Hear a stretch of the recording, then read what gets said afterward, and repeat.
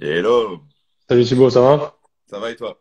Ça va, nickel. Salut tout le monde. Je sais pas Allez, combien il y a de personnes, mais on va attendre que ça se connecte tranquillement. yes. Alors, le sujet du jour, la question m'est posée. Donc, on va parler gym, on va parler crossfit, on va parler prévention des blessures. On va parler pas mal de choses ce soir.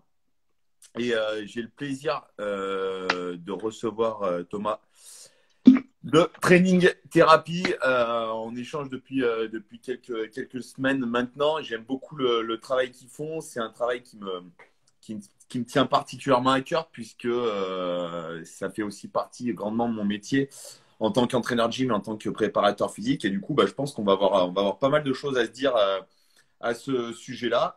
Et d'autant plus qu'on est avec quelqu'un de pointu. On va attendre encore peut-être 1 ou 2 minutes et puis je te laisserai du coup te présenter. Donc, comme je vous ai dit, on va parler gym, on va parler crossfit, on va parler prévention des blessures, on va parler pas mal de choses. Donc, n'hésitez pas au fur et à mesure de la discussion à nous poser toutes vos questions et on se fera un plaisir d'y répondre si c'est dans la mesure de nos compétences. Mais je pense que ça devrait plutôt le faire.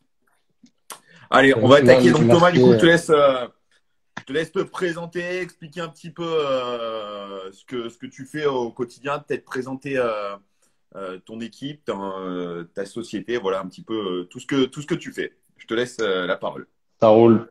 Et bah déjà, merci de m'inviter, c'est cool. Merci d'avoir pensé à moi, enfin pensé à nous.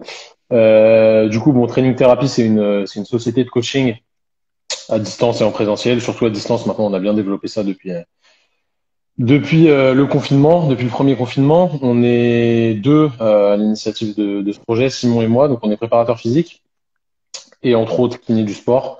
Donc ça, c'est une activité qu'on exerce à côté dans notre cabinet, mais qui est pas sur les réseaux sociaux. Et il y a Victor qui bosse avec nous aussi, donc Victor qui est coach de CrossFit Level 1. Qu'est-ce qu'on fait, nous? On fait de la préparation physique spécialisée pour les gens qui se sont déjà blessés et qui ont des petites gênes liées à ces douleurs qui peuvent être récurrentes, qui ont peut-être été maltraitées ou prises un petit peu en retard. Et c'est vraiment de la préparation physique dans le but soit de se remettre en forme pour se lancer dans un sport à viser de performer dans le sport ou pas. T'entends toujours? Ouais, je t'entends toujours, ouais, c'est parfait. C'est connecté. Euh, ça doit être bon. Ou pour des athlètes simplement qui veulent performer et qui n'ont pas forcément eu de douleur avant et qui aiment bien notre approche. Donc on a une approche très, très basée évidemment sur la prévention, sur la mobilité, parce que pour nous la mobilité c'est vraiment un travail qui est important pour bien, bien performer et bien se sentir dans son corps. Et surtout sur la progression pour pouvoir vraiment remettre les gens à niveau ou les aider à atteindre leurs objectifs qui se sont fixés et qu'on fixe avec eux. Donc voilà un petit peu ce qu'on fait. Et on essaye de démocratiser un peu tout ça en faisant des vidéos un peu courtes sur Instagram. C'est pas forcément facile. Les réseaux sociaux, c'est un peu restrictif là-dessus. Ouais. Malheureusement, on voit certaines choses qu'on voudrait montrer, mais on voit pas tout. Donc des fois, c'est un peu difficile de tout laisser transparaître là-dedans. Mais on essaye de faire des choses assez éducatives pour les gens, pour les aider au mieux, gratuitement sur les réseaux. Voilà en gros ce qu'on fait. Ok, super. Et Donc, on est, ouais. et on est nul en gym aussi, il faut le dire. Donc, écoute, en tout cas, merci d'avoir répondu à mon invitation. Je trouvais que ça pouvait être assez intéressant, moi qui débute dans le CrossFit depuis maintenant une petite année, en essayant d'apporter un petit peu ma dimension d'ex-gymnaste et surtout d'entraîneur actuel en gymnastique. Je trouvais ça très intéressant qu'on puisse échanger ensemble parce qu'on est confronté un petit peu aux mêmes problématiques. On voit beaucoup de gens qui pratiquent un petit peu en dépit du bon sens et qui veulent brûler un petit peu des étapes, des prérequis. Et à la sortie, c'est un petit peu tout et n'importe quoi. Et puis à la sortie, voilà, toi, tu te retrouves à récupérer ces personnes-là. Moi, je les vois dans mon quotidien aussi en tant qu'entraîneur et en tant que préparateur physique, où finalement, l'aspect préventif est un petit peu mis de côté.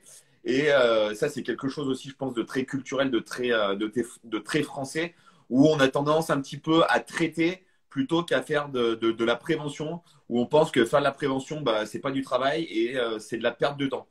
Par rapport à ça, toi, quel est finalement ton approche, est-ce que c'est des choses que tu peux voir aussi de ton côté? L'aspect prévention, est-ce que pour toi, ça fait partie intégrante d'un travail ou est-ce que c'est quelque chose que tu détaches du reste, du reste? Alors, moi par notre passif sportif personnel et par notre expertise clinique, on va dire, et sur le terrain, on sait pertinemment qu'en fait, la prévention, si on donne une séance de prévention à quelqu'un, il va la faire pendant, allez, 1 ou 2 mois, grand max, et au bout d'un moment, il va lâcher l'affaire parce que les gens ne voient pas d'effet immédiat. Parce que prévenir les blessures, alors déjà, c'est très compliqué de prévenir les blessures parce qu'on sait que les mécanismes d'apparition des blessures, ils sont multifactoriels. Il y a plein de choses qui rentrent en jeu. Il y a des choses plus fortes que juste une faiblesse musculaire, etc. Si la récupération n'est pas bonne, ça impacte vachement le risque de blessure. Donc, on sait que donner des programmes comme ça, les gens forcément n'adhèrent pas trop, sauf ceux qui sont hyper carrés, hyper pointilleux, qui veulent vraiment être, je sais pas, champion de France d'une telle discipline et qui se disent, je veux y arriver, donc je vais tout mettre en place, je vais faire ma prophylaxie, etc. On sait qu'en réalité, ça tient pas. Donc, en fait, nous, dans nos programmes, on essaye de l'inclure de manière un peu subtile, tu vois, par exemple, sur des temps de récup ou des choses comme ça, aller faire un petit exercice à visée prophylactique, ça peut être assez intéressant, même si, encore une fois, on n'évite pas toutes les blessures juste avec des programmes de prévention. Mais comme tu le disais, effectivement, en France, moi j'aime bien cette métaphore de la voiture. Tu vois un voyant qui se met sur ton tableau de bord, il dit vas-y, c'est pas grave, j'irai chez le garagiste plus tard. Limite, tu masques le voyant. Et au final, quand ta voiture elle avance plus, c'est là que tu vas chez le garagiste. C'est un petit peu pareil quand on se fait mal. On a une petite douleur, on se dit bon bah tant pis, je vais m'entraîner dessus, c'est pas très grave, ça va pas m'empêcher de m'entraîner. Puis ça s'installe de plus en plus, c'est là quotidiennement. Et au bout d'un moment, on attend que on puisse plus du tout s'entraîner pour prendre le taureau par les cornes. Et c'est souvent pas trop tard parce qu'on peut toujours récupérer les choses, mais ça va nous priver et ça va nous faire perdre du temps sur l'entraînement en fait. Donc c'est un petit peu la vision française. Je suis pas sûr que ce soit mieux dans d'autres pays en vrai, hein. Tu sais, les États-Unis, ils nous font miroiter pas mal de choses, mais je suis pas sûr que ce soit mieux là-bas. C'est un petit peu humain, c'est cette idée d'attendre plutôt que de prendre le taureau par les cornes. Mais même nous, on va pas se mentir, hein. Moi, si tu me donnes un programme de prévention pur et dur, je suis pas sûr que je le fasse. Ouais, ça va être Je le fasse. compliqué. Ouais, je te rejoins par rapport à ça, où on se rend compte qu'en fait, finalement, mettre en place que ce genre de programme, c'est assez difficile. Moi, c'est vrai que j'aime bien l'inclure également à des programmes, à la préparation physique, physique des athlètes que je peux encadrer. Moi, je travaille, comme tu sais, je travaille avec de jeunes athlètes et avec des jeunes gymnastes. Bah forcément que si on met une séance ou si on met vraiment qu'une partie purement de prophylaxie, même si ça doit durer 20, 25, voire 30 minutes, lorsqu'on a beaucoup de volume d'heures d'entraînement dans la semaine, on peut se permettre de passer un petit peu plus de temps. Et ben on se rend compte en fait que la notion de, comment dirais-je, d'attention qu'on va pouvoir mettre et le focus qui va être mis sur les exercices va très vite se disperser, notamment avec de jeunes athlètes, surtout chez des enfants. Moi, j'ai des athlètes qui ont 7, 6, 7, 8 ans. Donc, t'imagines bien que le niveau de concentration, bah, il est relativement faible. Et on sait pas pertinemment que lorsqu'on fait du travail prophylaxique, eh ben, il faut être sur des niveaux de vigilance, des niveaux d'attention, des niveaux de ressenti, de placement qui vont être très exigeants, très importants. Et je partage vraiment ta vision sur l'intégration finalement de la prophylaxie Bien sûr. en parallèle même de séances de renforcement ou même intégrée à une séance en elle-même. Ouais. Après, ce qui est intéressant, c'est que toi, à cet âge-là, si tu leur inculques ça et qu'ils comprennent ça, ce sera beaucoup plus pertinent parce que ils vont vraiment Ça devient une routine. l'apprécier et ça va Ça devenir devient une une routine. routine Ouais. et toute leur vie, ils feront ça en fait. Tu vois, moi, je suis judoka de base. Toujours au judo, on s'est étiré, on s'est mobilisé. Et pour moi, c'est un truc qui est ancré. Pour moi, c'est important. Si je prends Simon, lui qui est rugbyman, il n'a jamais fait d'étirements. Ça lui cassait la tête de faire des étirements.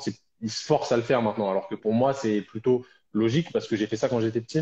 Et tu vois, Ouais, c'est bien un sûr. petit peu ancré. Donc, si on peut inclure ce travail-là de prévention, qui est en réalité souvent un travail de contrôle moteur et de renforcement, hein, en réalité, donc ça s'inclut très très bien dans les séances.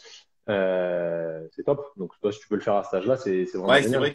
c'est vrai que nous, c'est très installé dans la culture gym où le renforcement, la prévention, tout ce qui est mobilité, souplesse, etc. C'est des choses qu'on apprend finalement dès le plus jeune âge. Mm. C'est des choses qu'on essaye d'inculquer, d'automatiser. Moi, c'est vrai que j'ai souvent pour habitude de dire bah, que les athlètes que j'entraîne à 8, 9 ans, ils ou elles sont, parce que j'entraîne et des filles et des garçons, relativement autonomes parce qu'on a donné des routines de base. Alors, on a des routines de base. Alors après, ça, c'est quelque chose de très intéressant aussi. Je pense qu'on y reviendra peut-être un petit peu plus tard. C'est qu'on a les routines de base, mais c'est assez important de varier les situations. C'est-à-dire que d'un seul et même exercice, on va pouvoir en tirer différentes, comment dirais-je, variantes qui vont nous permettre finalement de stimuler différemment, de renforcer différemment et surtout de casser un petit peu cette monotonie parce que forcément, le problème de quand on fait du renforcement, de la prophylaxie, bah, ça a souvent tendance à être un petit peu redondant et c'est pour ça Ouais, qu'à un moment donné, on qui dit, plus est bah ouais, on laisse de côté. chez des jeunes. Ouais. Carrément, Ouais. eux, leur attention, enfin ça, t'en parleras mieux que moi, mais leur attention, elle se disperse très vite et puis ils progressent tellement vite sur les exercices Mm. que quand c'est acquis, au final, c'est plus marrant. Donc, Ouais, il faut très vite varier. Il faut très vite ouais, varier. carrément. Je Ouais. suis vraiment d'accord avec toi. Et surtout que nous, on a comme je le disais tout à l'heure, j'ai des athlètes qui sont assez jeunes et sur des volumes d'heures qui peuvent être assez importants. Moi, j'ai des athlètes de 12-13 ans qui sont déjà entre 10 et 15 heures d'entraînement semaine. Donc, c'est quand même assez conséquent. Et forcément que bah, la dimension prophylaxie, prévention des blessures, et ben, elle va être éminente dans la préparation. Et pareil, quand on me demande de donner un peu une définition de ce qu'est la préparation physique, je dis tout le temps, la préparation physique, finalement, c'est préparer le corps à subir en fait les différentes contraintes de l'activité et à pouvoir réagir face à ces différentes contraintes.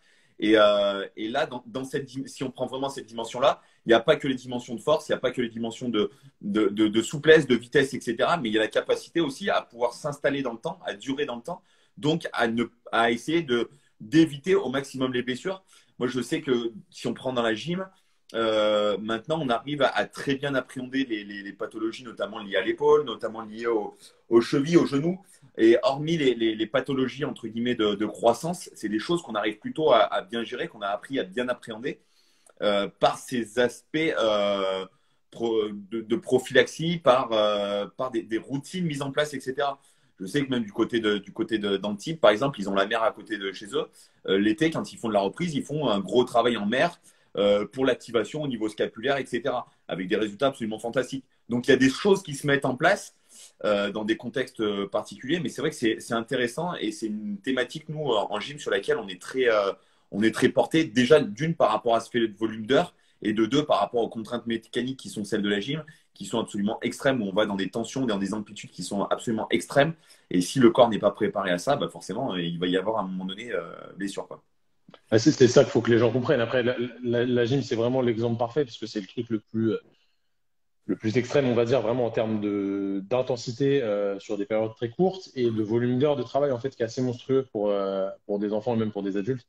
Ça reste très, très, très important quand les gymnastes le savent. Ceux qui n'ont jamais fait de gym, ils ne peuvent pas forcément savoir. Mais aujourd'hui, ouais, on a plus d'excuses pour se dire, ouais, c'est difficile d'intégrer un travail de prophylaxie. Je ne sais pas comment faire pour éviter que mes athlètes se blessent. Non, il y a trop de données aujourd'hui. On sait qu'il faut gérer la charge d'entraînement, qu'il faut bien gérer la récup et qu'il faut renforcer les gens pour les préparer à ce qu'ils vont subir en compétition et même juste à l'entraînement.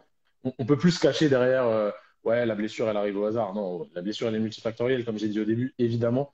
Mais il y a plein de choses qu'on peut gérer en amont pour éviter qu'elle arrive. Et malheureusement, il y a encore trop de blessures, quoi. Après, il y a plus de gens qui font du sport. Forcément, le nombre de blessés peut potentiellement augmenter, mais on sait quelles variables sont quand même importantes à prendre en charge et il n'y a rien de magique là-dedans. N'importe quel bon entraîneur qui est attentif et intelligent peut largement le faire, quoi. Ouais, c'est vrai que je pense que tu me rejoindras là-dessus. Aujourd'hui, quand on voit les préparateurs physiques, je sais qu'on a eu tous les deux l'occasion d'aller partager un podcast avec Aurélien Broussal. Yes. Et lui se bagarre aussi. Donc pour ceux qui connaissent pas Aurélien Broussal, c'est l'un des préparateurs physiques les plus en vogue en France à l'heure actuelle et qui a eu. Suivez-le. Ouais, Il a une belle barbichette en plus ouais, récemment. en ce Là. moment là, il est dans un bon délire là, en ce moment, l'ami. Donc voilà, vous pouvez le suivre parce qu'il fait vraiment un travail exceptionnel et il a essayé de démocratiser, de vulgariser. Et d'ailleurs, il le réussit très très bien. Carrément. L'art de la préparation physique et très souvent, comme on a eu souvent l'habitude d'échanger ensemble. Et les paramètres de la préparation physique, alors en France et même de manière globale hein, dans le monde, on est beaucoup attaché au développement de la force, au développement de l'explosivité, au développement de la vitesse, de ces qualités. Bon, bah, comment dirais-je, c'est des qualités, les qualités maîtres, mais en fait, on en oublie très souvent les qualités de mobilité, les qualités de souplesse. Et comme tu l'as dit tout à l'heure, tu l'as d'ailleurs très bien dit, et je sais que sur Insta, c'est ce dont vous parlez, c'est des posts qui reviennent régulièrement sur votre page sur ces notions de mobilité, de souplesse. Toi, par rapport à ce que tu peux rencontrer, alors tant en tant que préparateur physique que dans les aspects plus médicaux de tes pratiques, est-ce que tu as l'impression, le sentiment que les gens ont pris conscience de ça, ou est-ce que c'est encore un petit peu compliqué? Bah, les gens ont pris. Après, je suis forcément biaisé parce que moi, j'ai beaucoup de crossfitters qui gravitent autour de moi, soit en soins pour de la rééducation, soit en prépa physique. Euh, donc, forcément, je suis un peu biaisé parce que eux, ils ont une sensibilité un peu plus accrue à la mobilité. Parce que dans le CrossFit, tu as toujours des rouleaux de massage qui traînent, des balles de massage, etc. Sauf qu'en fait, la définition de la mobilité qu'ils ont, pour eux, pour moi, c'est pas la bonne. Ils ont cette idée qu'il faut faire des choses complètement passives, genre s'automasser. Alors, c'est très bien, hein, moi je fais des automassages, c'est Ouais, super.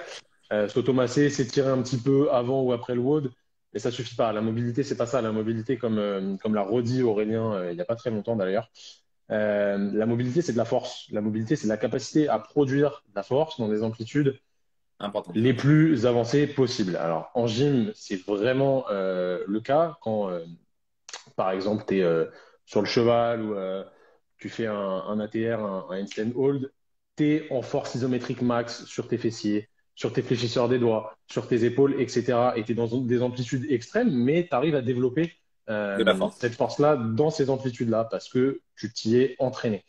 En CrossFit, c'est la même chose. Quand on est en bas d'un squat ou en bas d'un clean, en bas d'un snatch, peu importe, il faut qu'on soit capable d'être très fort sur toutes les articulations qui sont sollicitées. Et la vraie mobilité, c'est ça, c'est travailler sa force dans des amplitudes les plus importantes possibles. Donc, c'est pas juste s'automasser, c'est pas juste s'étirer, non. Ça allait travailler vraiment du contrôle au niveau de ces articulations-là. Et les gens sont pas forcément sensibilisés à ça. Ils pensent que si, je sais pas, t'es allongé sur le dos et que tu viens tendre la jambe au-dessus de toi comme ça, que tu es mobile, bah non, pas forcément, parce qu'en fait, est-ce que tu es capable de générer de la force dans cette position-là pour être safe au niveau de tes tissus musculaires et au niveau de tes articulations, pour pas qu'ils prennent une trop grosse charge dans la tronche? Bah, telle est la question. Mais ça se travaille, c'est comme tout, ça prend du temps, ça se travaille et c'est super important. Mais bon, on essaie de faire des posts à ce sujet-là. Je pense que ça va se démocratiser, mais après, voilà, comme je te dis, moi je suis biaisé au vu Ouais. des gens qui Ouais. gravitent autour de moi, quoi. Mais c'est très intéressant ce que tu dis là parce que je te rejoins complètement sur.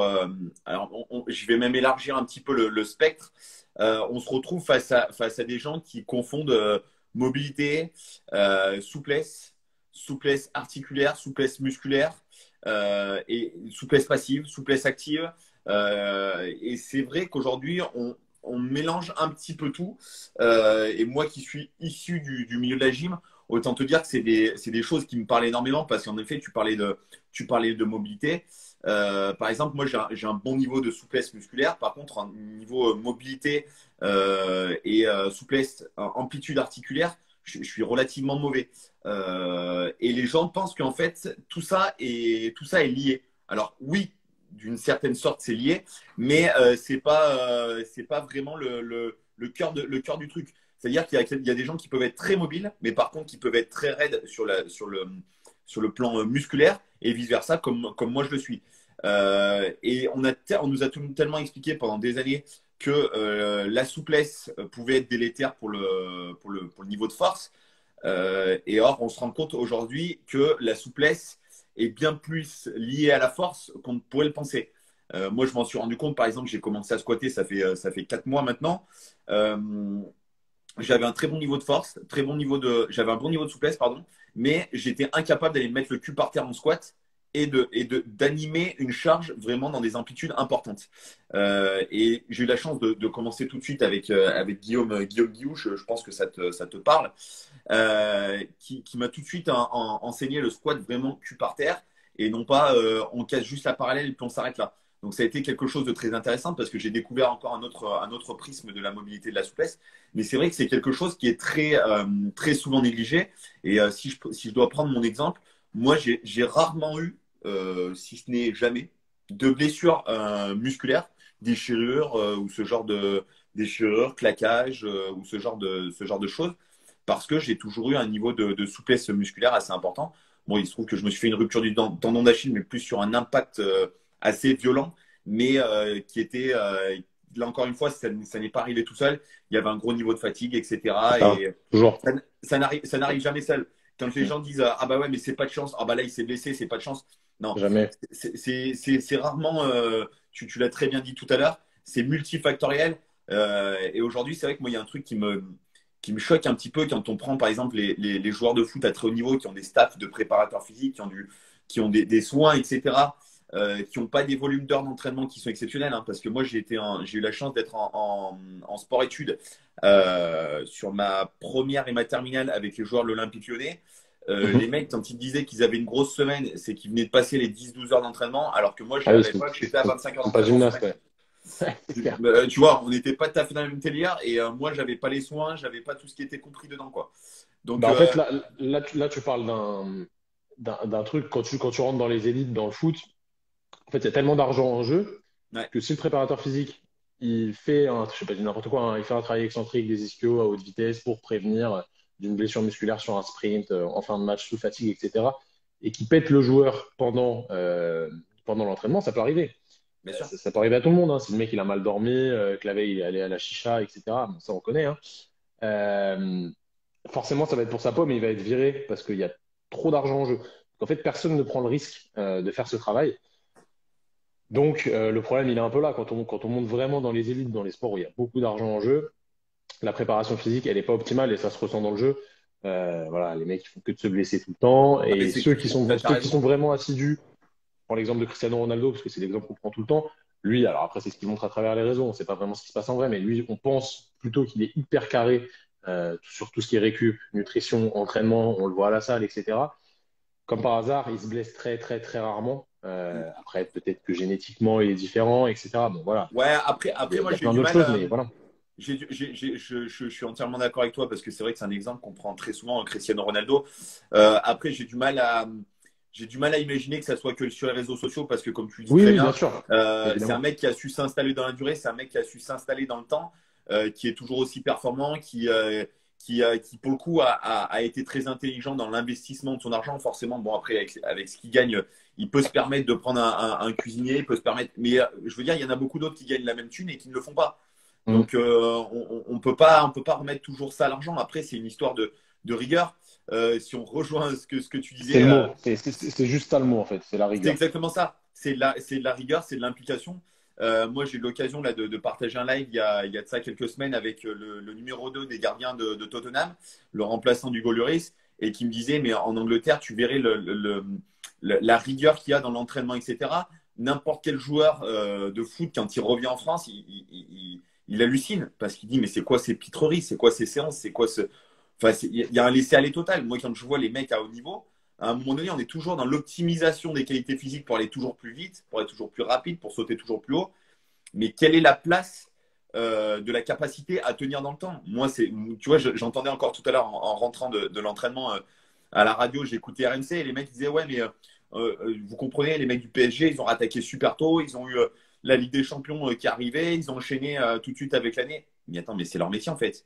C'est leur métier, c'est leur boulot. Ils ont des moyens pour la récupération, pour l'optimisation des performances. Par contre, à un Ah, moment mais en donné, fait, tu vois, cet exemple-là, il est totalement criant parce que tu me dis qu'ils ont des moyens pour la récupération, ce qui est vrai.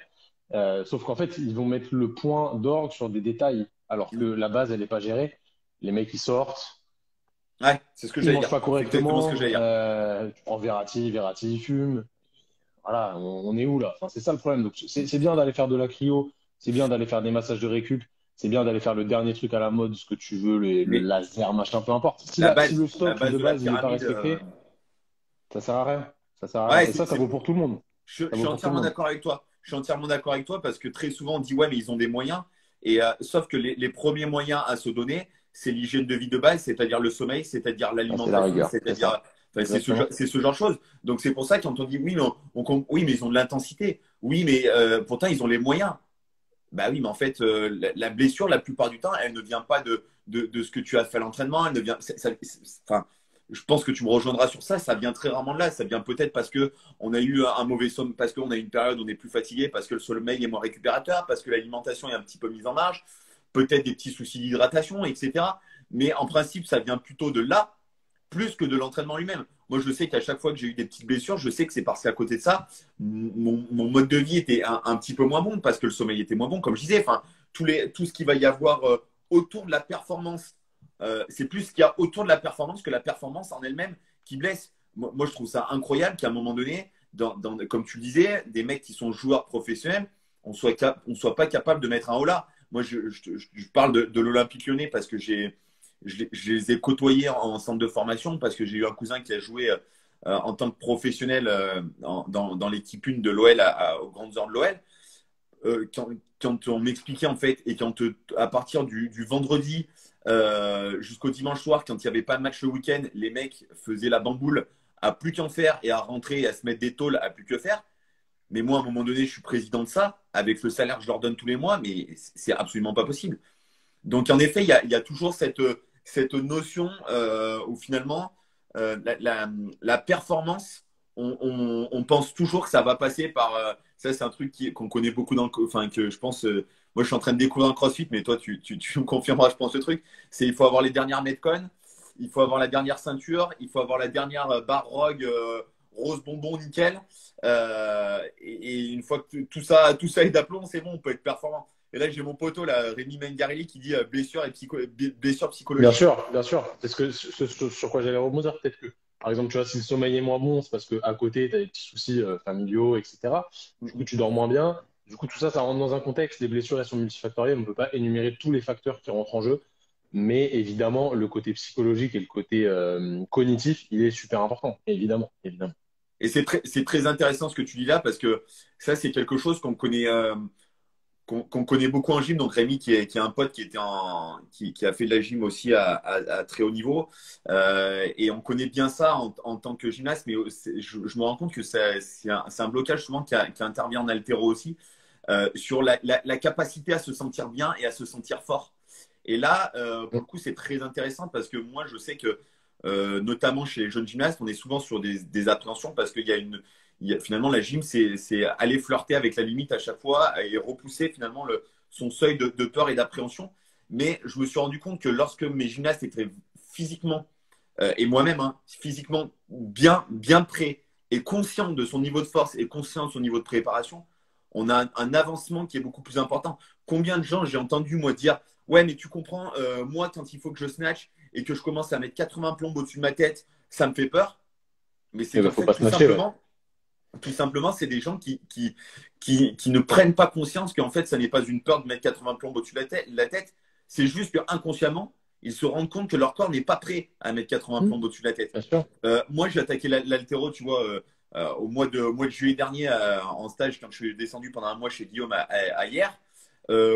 J'ai jamais eu peur de me mettre une barre au-dessus de la tête. Pourtant, je n'avais jamais fait d'haltéro. Les premières fois, quand il a fallu snatcher ou même qu'il a fallu cleaner et que j'avais 80, 90, 100 plombes dans les bras, je me suis dit, mais oh là là, comment ça va se passer? Est-ce que je vais avoir la force? Et puis, bah voilà, tu fais une montée en gamme, tu te rends compte que ça tient. Mais par contre, j'avais confiance en mon niveau de force et je savais où étaient un petit peu mes limites, là où je ne pouvais pas aller au-delà.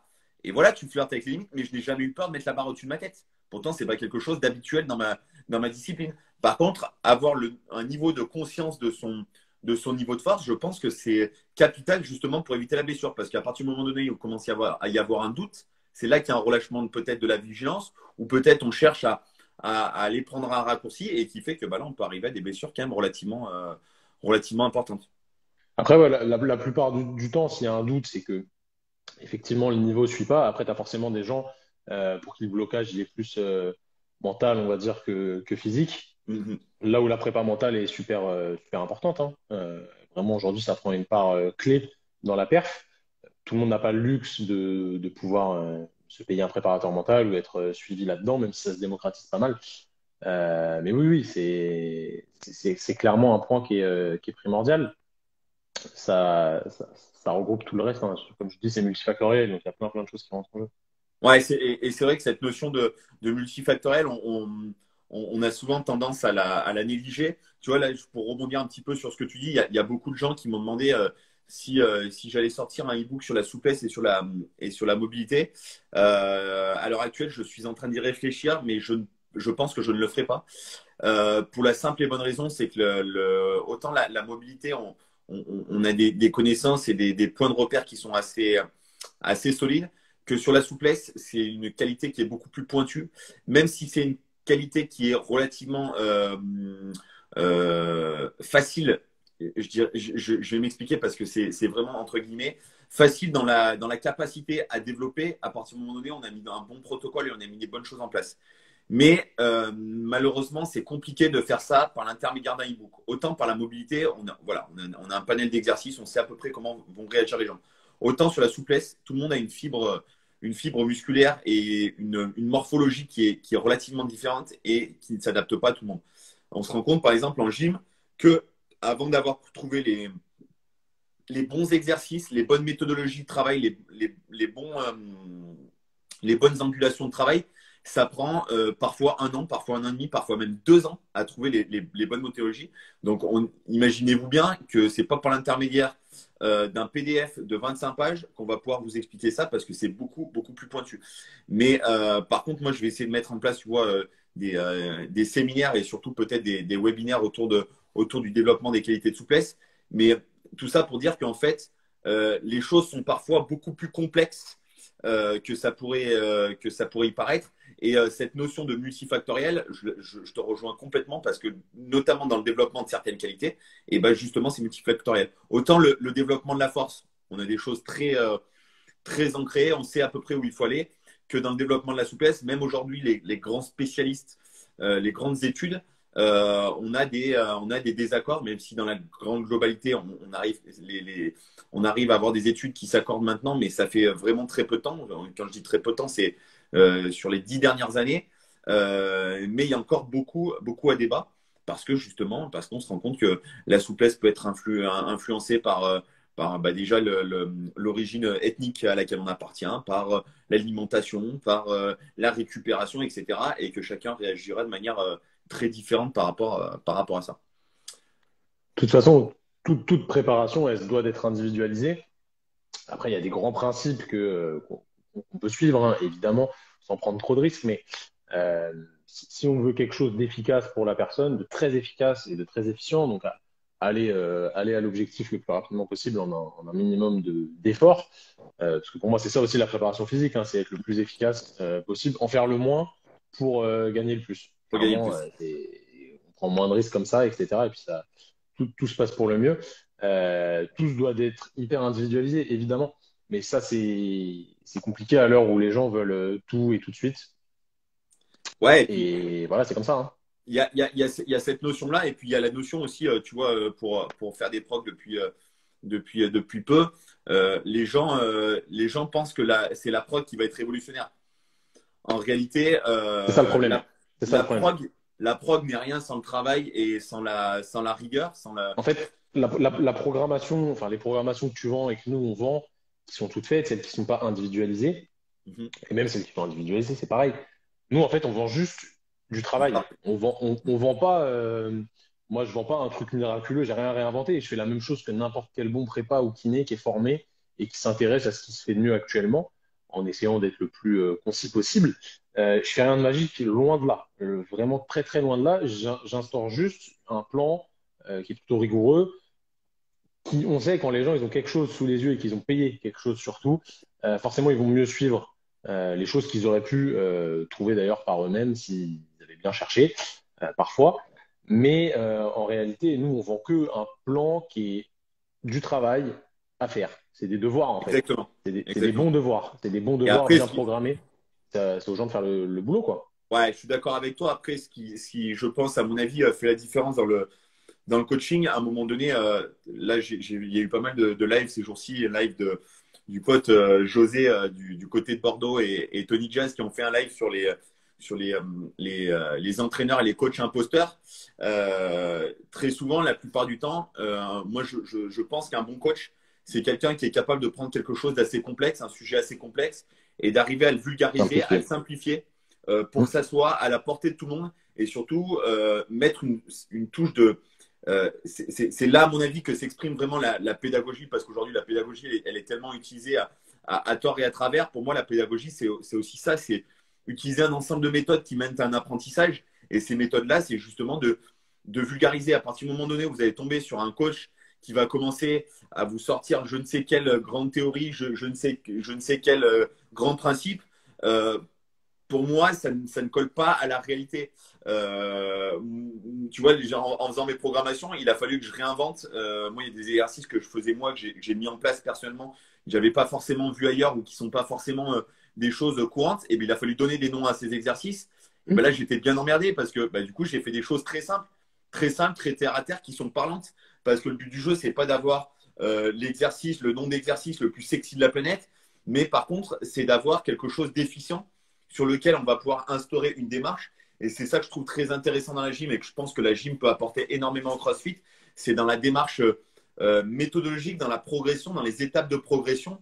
Nous, je sais que tu vois, par exemple, en gym, on travaille beaucoup sur du circuit éducatif. Tu vois, je t'ai envoyé ma prog sur le handstand. Tu as Très vu qu'on bonne prog partait vraiment, d'ailleurs, je conseille. ouais, qu'on partait vraiment sur des choses très basiques.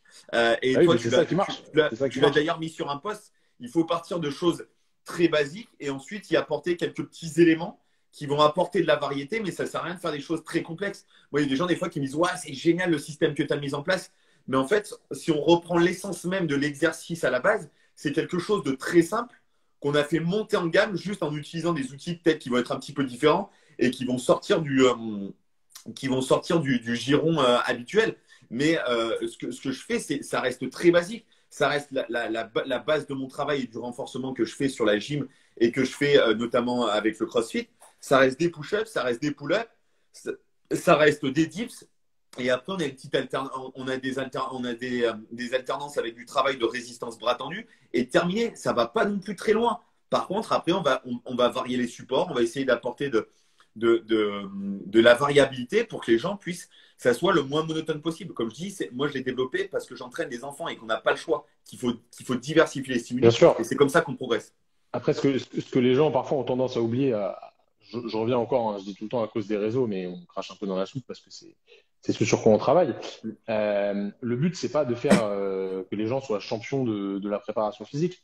Le but, c'est que les gens ils soient meilleurs dans leur sport et dans leurs objectifs qui se sont fixés. Donc, pourquoi aller faire un équilibre à un bras sur un bosu avec un kettlebell autour du pied si le but, c'est juste de tenir un handstand hold? On s'en fout en Ouais, fait de ça. La ouais, variété, des fois, ça sert à rien. On complexifie trop les choses pour rien. Faisons les essentiels, faisons les basiques. C'est absolument pas sexy, c'est pas motivant. Moi, le premier, tout le travail de renfort spécifique que je peux faire, je me filme pas et je le mets pas sur les réseaux sociaux parce que ça intéresse personne. Il y aurait aucune interaction sur les stories, etc. ouais, bien sûr. Mais la réalité, c'est que le vrai travail, il est là en fait. Quand tu fais un PR en clean ou un PR en snatch, tu vas le mettre sur les réseaux, mais c'est combien de pourcentage de l'entraînement que tu as fait? C'est très peu comparé au reste, mais pour autant, le reste, c'est la base, c'est le socle. Comme pour la récupération, il faut faire les choses bien, les choses de base bien faites, et on arrivera à nos objectifs au final, mais c'est un petit peu oublié tout ça malheureusement, et quand on fait ça, on fait un peu vieux jeu, ouais, c'est pas la méthode à la mode, etc. Mais c'est Ouais. ça qui fonctionne sur le long terme en fait. Ouais, ouais, puis c'est vrai que tu vois, moi je vois quand on a eu l'occasion de faire le live, le podcast avec Aurélien où je disais, mais écoute, moi je viens dans ton podcast, c'est génial, je suis hyper honoré de venir chez toi, mais quand je vois les ténors qui sont passés avant moi ou les mecs, bon bah voilà, t'en as un qui est le référent chez TRX, l'autre c'est celui qui a mis en place toute la méthodologie Bosu, enfin bon, bref. Et toi, tu arrives et il me dit, mais Thibaut, la réalité du terrain, c'est ça. 90% des gens travaillent avec tes petits moyens à toi, beaucoup plus que les gens que j'ai pu recevoir, etc.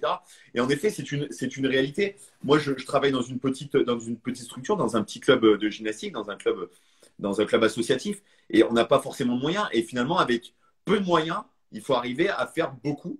Donc forcément, il faut arriver à innover, etc. Mais la base de travail, ça reste toujours la même chose. Mais On en a... en vrai, est-ce que tu as besoin de beaucoup de moyens pour faire des Non, choses de qualité? non. Moi, je pense Non, pas. non, Si on se cache derrière ça, c'est qu'il y a un problème de méthodologie de base. Faut maîtriser les petits moyens. Et après, encore une fois, c'est comme dans la récup, la cryo, etc. Si on maîtrise la base, si on sait éduquer, enseigner la base, on peut mettre de la variété et des choses un peu plus complexes après, mais est-ce que ça va vraiment changer quelque chose? Je suis pas sûr. Déjà en préparation physique, comme le dit très très bien Aurélien, il faut maîtriser le poids de corps, il faut maîtriser le TRX s'il y Ouais, a besoin, le Big il Five. faut maîtriser les poids et haltères, faut maîtriser voilà, les agrès de base en gym dont on peut potentiellement se servir pour faire de la préparation physique. Même si les gymnastes à chaque fois vont dire que c'est mal fait, que c'est un peu dégueu et ils n'ont Mais pas c'est pas tort. grave. C'est pas grave. Euh, L'important, c'est de maîtriser ça. Après, le dernier outil à la mode, la plateforme vibrante, ce que tu veux, en vrai, on s'en fout. On s'en fout. C'est du On s'en fout. plus. Je suis C'est du d'accord. plus. Ouais, je suis d'accord. Après, tu vois, moi, c'est très souvent une question qu'on me pose. Bah, tiens, est-ce qu'en gym, vous faites du travail à charge additionnelle? Et je leur dis, ça choque très souvent en disant non, pas du tout. Ah ouais, mais pourtant, nous, on a vu qu'aux États-Unis, les ricains. Ouais, en fait, ce qu'il faut savoir, c'est que les ricains sont dans la culture physique à outrance. Mais si tu prends à côté de ça un Chinois ou si tu prends à côté de ça des gymnastes qui ont des gabarits très fins, les Japonais, par exemple, les Japonais sont peu massifs, sont pas très massifs. Par contre, ils sont très fins et très secs. Et ils ont une gymnastique qui est magnifique, qui est très efficiente, qui est très efficace. Donc on a des gabarits qui sont complètement différents. Est-ce qu'il y en a un qui est meilleur que l'autre? Non. Par contre, les Japonais travaillent énormément en poids de corps. Moi, depuis très peu de temps, là, depuis le mois d'août dernier, j'ai commencé à mettre en place un programme de squat pour les jeunes gymnastes que j'entraîne, les gymnastes qui sont dans un secteur performance, donc qui ont déjà un certain volume d'heures et pour vraiment franchir un cap supplémentaire notamment au niveau de l'explosivité des jambes. Au lieu de faire de la plio, bah, je me suis rendu compte que le squat pouvait être encore plus efficace et surtout beaucoup moins traumatisant. Donc on est passé Ouais. sur le squat. Après, j'avais pas forcément la compétence de le faire jusqu'à maintenant et j'avais pas l'ouverture d'esprit, hein, parce que ça c'est très important aussi. J'avais pas l'ouverture d'esprit qui me permettait de pouvoir faire ce genre de choses. Et puis bah, je me suis rendu compte que ça avait un intérêt tout à fait particulier. Et bah, du coup, je l'ai intégré dans ma préparation physique, mais ça reste un exercice sur 5-6 exercices dans une séance. Donc, c'est véritablement dérisoire. Le travail à poids de corps, il est déjà tellement, mais tellement riche. Moi, par exemple, Mhm. je n'ai quasiment jamais fait de la muscu à charge additionnelle. Je n'ai jamais fait de développé de coucher de ma carrière. Enfin, c'est des choses que je n'ai jamais fait. À côté de ça, ça m'empêche pas. Je n'ai pas un gabarit à être très fort, très puissant, mais j'ai quand même une petite base. J'ai quand même un physique qui est correct. Et j'ai fait que du travail à poids de corps. Moi, Sois pas modeste. Sois pas quand- modeste. non, non, mais c'est pas de la fausse modestie, c'est vraiment la réalité. Parce qu'après, voilà, déjà, je mesure 1,82 m. Donc, pour faire de la gym, autant te dire que c'est quand même pas la morphologie idéale. J'ai des grands Non, segments, c'est clair. etc. Donc, après, j'avais pas une morpho et des segments qui me permettaient de prendre du volume, qui me permettraient d'être un gymnaste fort. J'ai le minimum. Après, moi, je m'en sors plus par la technique que par le physique. Mais tout ça pour dire que il y a beaucoup de gens en fait tu vois, qui m'ont envoyé des messages pendant le confinement. Ouais, Tib, qu'est-ce que tu nous conseilles? Parce que là, ouais, j'ai un TRX, j'ai un kettle, etc. En termes de préparation, abdos, gainage, etc. Je leur dis, bah, tu vois, tu peux déjà tout ranger. Si tu as un petit tapis, ça va très bien. Et je vais te donner une séance, moi, qui va durer à peu près 20-25 minutes que tu fais tous les jours. Ah ouais, mais ça va être toujours la même. Il faut savoir ce que tu veux. Tu veux progresser, moi, je peux te proposer quelque chose. Par contre, oui, ça va pas être des plus sympas, ça va pas être des plus des sexy. Même moi, c'est un truc, je peux pas m'y encadrer. C'est le genre de choses ça me saoule, quoi. Mais c'est des choses qui sont indispensables. Et il y a déjà une belle base de travail qui peut être faite, une belle alternative. Mais c'est vrai que c'est du travail qui va revenir de manière régulière. Mais comme on dit, la meilleure manière d'ancrer un geste, la meilleure manière de progresser, c'est aussi la répétition. Et la répétition, C'est surtout sûr. la répétition intelligente. C'est sûr. Il vaut mieux faire un peu régulièrement plutôt que très intense de manière complètement aléatoire. Ça vaut pour tout, hein. Ça, c'est sûr et certain. Là-dessus, je te rejoins complètement. Ce que tu disais là sur le squat, c'est intéressant. Après, encore, tu le fais faire à tes jeunes gymnastes, c'est très très bien. Je pense que c'est quelque chose de très très important à mettre en place. Mhm. Encore faut-il savoir le transférer après dans la pratique sportive, parce que comme je dis, le but, Exactement. c'est pas de faire des champions de l'entraînement. Non, ce qu'on veut, c'est des champions sur le terrain, quoi. Donc, il faut réussir à transférer ça, et ça, c'est pas forcément facile. Et quand tu as dit quelque chose de très intéressant, c'était que tu as essayé avant de leur faire faire. Ouais, bien sûr. Euh, on peut pas faire des choses aux gens qu'on ne maîtrise pas. Alors, dans une certaine limite, j'ai toujours des détracteurs qui vont me dire, ouais, mais t'as pas les performances de certains de tes athlètes qui font 270 au soulevé de terre. Mais Non, ça n'est absolument évidemment, pas grave. Mais c'est pas la même chose. J'ai déjà fait ce qu'ils ont fait, pas au même niveau, évidemment, mais au moins on sait ce qu'ils ressentent. On a essayé sur nous, on a fait des erreurs sur nous. Moi, le premier, je me suis blessé beaucoup, je sais ce que c'est. Mais si on fait pas ces erreurs-là, c'est difficile. Alors, je ne vous dis pas d'aller vous blesser pour encadrer des gens qui sont blessés, hein, loin de là. Mais il faut savoir ce dont on parle. Il faut tester sur soi-même. La théorie, c'est bien, mais le terrain, c'est important. Et il faut faire une alliance des deux. C'est vraiment super important aujourd'hui, quoi. C'est nécessaire, vraiment. Ouais, c'est indispensable et je trouve que c'est hyper intéressant la réflexion que tu fais là. Parce que moi, tu vois, par exemple, j'y suis confronté tous les jours. Les gens, ils me disent, ouais, mais bon, si tu n'as pas pratiqué, ben, à un moment donné, il faut avoir des connaissances déjà fines de ton activité. Ça, c'est indispensable. Par contre, à un moment donné, moi, par exemple, je n'ai jamais fait de poutre de ma vie. C'est-à-dire que je ne suis pas à même d'aller expliquer à une gamine comment on pratique l'agret. Ça n'a absolument rien à voir. Ça, c'est encore une fois, ça, c'est des gens qui sont de mauvaise foi. Mais par contre, en effet, il faut avoir un niveau d'analyse, etc. Tu vois, moi, j'ai été confronté à ça où j'ai eu à encadrer l'équipe de France junior en moto, en enduro, Hum. des athlètes du collectif France. Et je n'avais jamais fait de moto de ma vie, jamais fait d'enduro. Et ben avant ça, j'ai passé mon permis de moto et je suis allé rouler. Je suis allé rouler quoi. Mais j'ai fait 4 tours de roue, voilà. Moi, quand j'avais passé la 4 dans un chemin, j'étais le plus heureux du monde. Quand j'avais franchi un petit rocher de 50-60 cm que mes roues, elles avaient décollé de 20 cm, j'étais le plus heureux du monde. Alors Ah, que mais les du coup, mecs, alors tu que comprends l'engagement physique qu'ils peuvent avoir sur. exactement, je comprends Parce que les tu contraintes vois ça de mécaniques de l'extérieur, tu te l'activité. dis. C'est un bon exemple, hein. Tu vois ça de l'extérieur, tu te dis, ouais, bon, le mec, il est là, il Ouais, accélère, il passe les vitesses, il lève exactement, sa roue, machin. Mais en vrai, il faut un gainage de fou, c'est sûr, bien c'est sûr. sûr. J'en ai jamais fait, mais c'est sûr qu'il faut un gainage de ouf. Il faut une Il faut du explosivité. gainage. Il faut du gainage, une capacité à dissocier le bas du haut, etc. C'est très intéressant. Moi, Carrément. avant de me lancer dans une discipline, je passe peut-être un mois à analyser des vidéos, peut-être à tester, peut-être à recueillir, tu vois, des témoignages en disant, voilà, si tu pouvais me définir ton activité en termes de contraintes, qu'est-ce que ça serait? Mais c'est aussi ça. Et tu vois, c'est hyper intéressant parce que je me rends compte que tu vois, dans la gym, on a une culture de l'analyse qui est très pointue, très poussée parce qu'on est sur un sport qui est tellement technique et tellement exigeant. Non pas que les autres ne le soient pas, mais on est dans de la minutie, on est dans de l'horlogerie, quoi, dans ce qu'on fait. Et je me rends compte que quand tu vas dans deux sports, certains entraîneurs et certains préparateurs physiques ne prennent même pas la peine de réanalyser leur discipline. Moi, c'est quelque chose que je fais en permanence avec un sport que je connais depuis 25 ans. Et quand tu vas Et en dans fait, ça, d'autres sports, c'est. Ouais, je vois ce que tu veux dire. Ça c'est un peu le souci, même si, encore une fois, c'est craché dans la soupe de la PPG, qui était très à la mode avant. Je dis pas que c'est pas bien, hein, loin de là, mais c'était surtout très adapté aux athlètes de fond, on va dire, selon mon idée. En fait, on faisait du renfort, plus ou moins lourd, plus ou moins technique, etc. Et basta. Et on réfléchissait pas au transfert forcément qu'il y avait dans l'activité. Et si on prend des gens qui sont à un niveau très modeste. Évidemment que si on les renforce, ça va améliorer leur capacité dans leurs activités. Mais si on va chercher un peu plus de la perf, il faut savoir transférer. Donc en fait, il faut savoir vraiment analyser l'activité pour savoir quel besoin on a. Si j'ai un footballeur américain, je vais pas forcément lui faire du snatch cul au sol. Lourd, ça m'intéresse pas forcément parce qu'il va pas forcément avoir besoin de cette explosivité-là et de cette mobilité en overhead.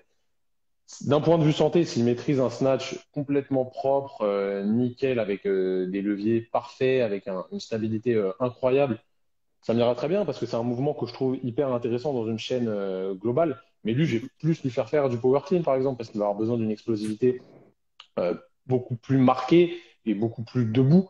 Donc, il faut savoir choisir ses exercices en fonction de l'objectif qu'on a. Il faut toujours garder ça en tête, la spécificité du sport pratiqué. Je me répète pour la 10e fois, on ne veut pas faire des champions de l'entraînement, on veut faire des champions sur le terrain. Et c'est ça qui est important à prendre en compte quand on fait de la prépa, quoi. ouais, c'est exactement ça. C'est avoir l'intelligence de faire quelque chose d'adapté, d'adaptable et de fonctionnel. Très souvent, on se rend compte qu'il y a des champions du monde, hein. C'est vrai qu'on crache un petit peu sur les réseaux sociaux, même si on est bien content d'en profiter, mais on se rend compte qu'il y a vraiment tout et n'importe quoi. entre celui qui va te vendre le nouvel exercice révolutionnaire, Lucien qui va t'expliquer que lui, grâce à son programme, en 30 jours, tu vas atteindre tous les objectifs de tes rêves. C'est vrai qu'il faut arriver à faire un petit peu le tri au milieu de tout ça. Très souvent, moi, les jeunes gymnastes que je suis et que j'entraîne, elles me disent ah ouais, t'as vu le dernier post que t'as mis alors, je peux te dire, j'ai des statisticiennes en herbe du côté de chez mes athlètes qui épient toutes mes statistiques, tous les likes, tous les machins. Et puis elle me disait ouais, mais t'as vu machin, un tel, les à je ne sais combien de followers. Je dis mais je ne sais même pas combien de followers je suis parce que je m'en fous.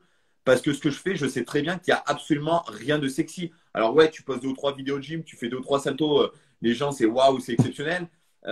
Et à côté de ça, tu vas te faire 10 muscle-up unbroken avec vraiment en street avec un kettle de 10 ou 10, 12, 16 plombes au cul. Tout le monde va te dire ouais, bon, c'est des muscle-up.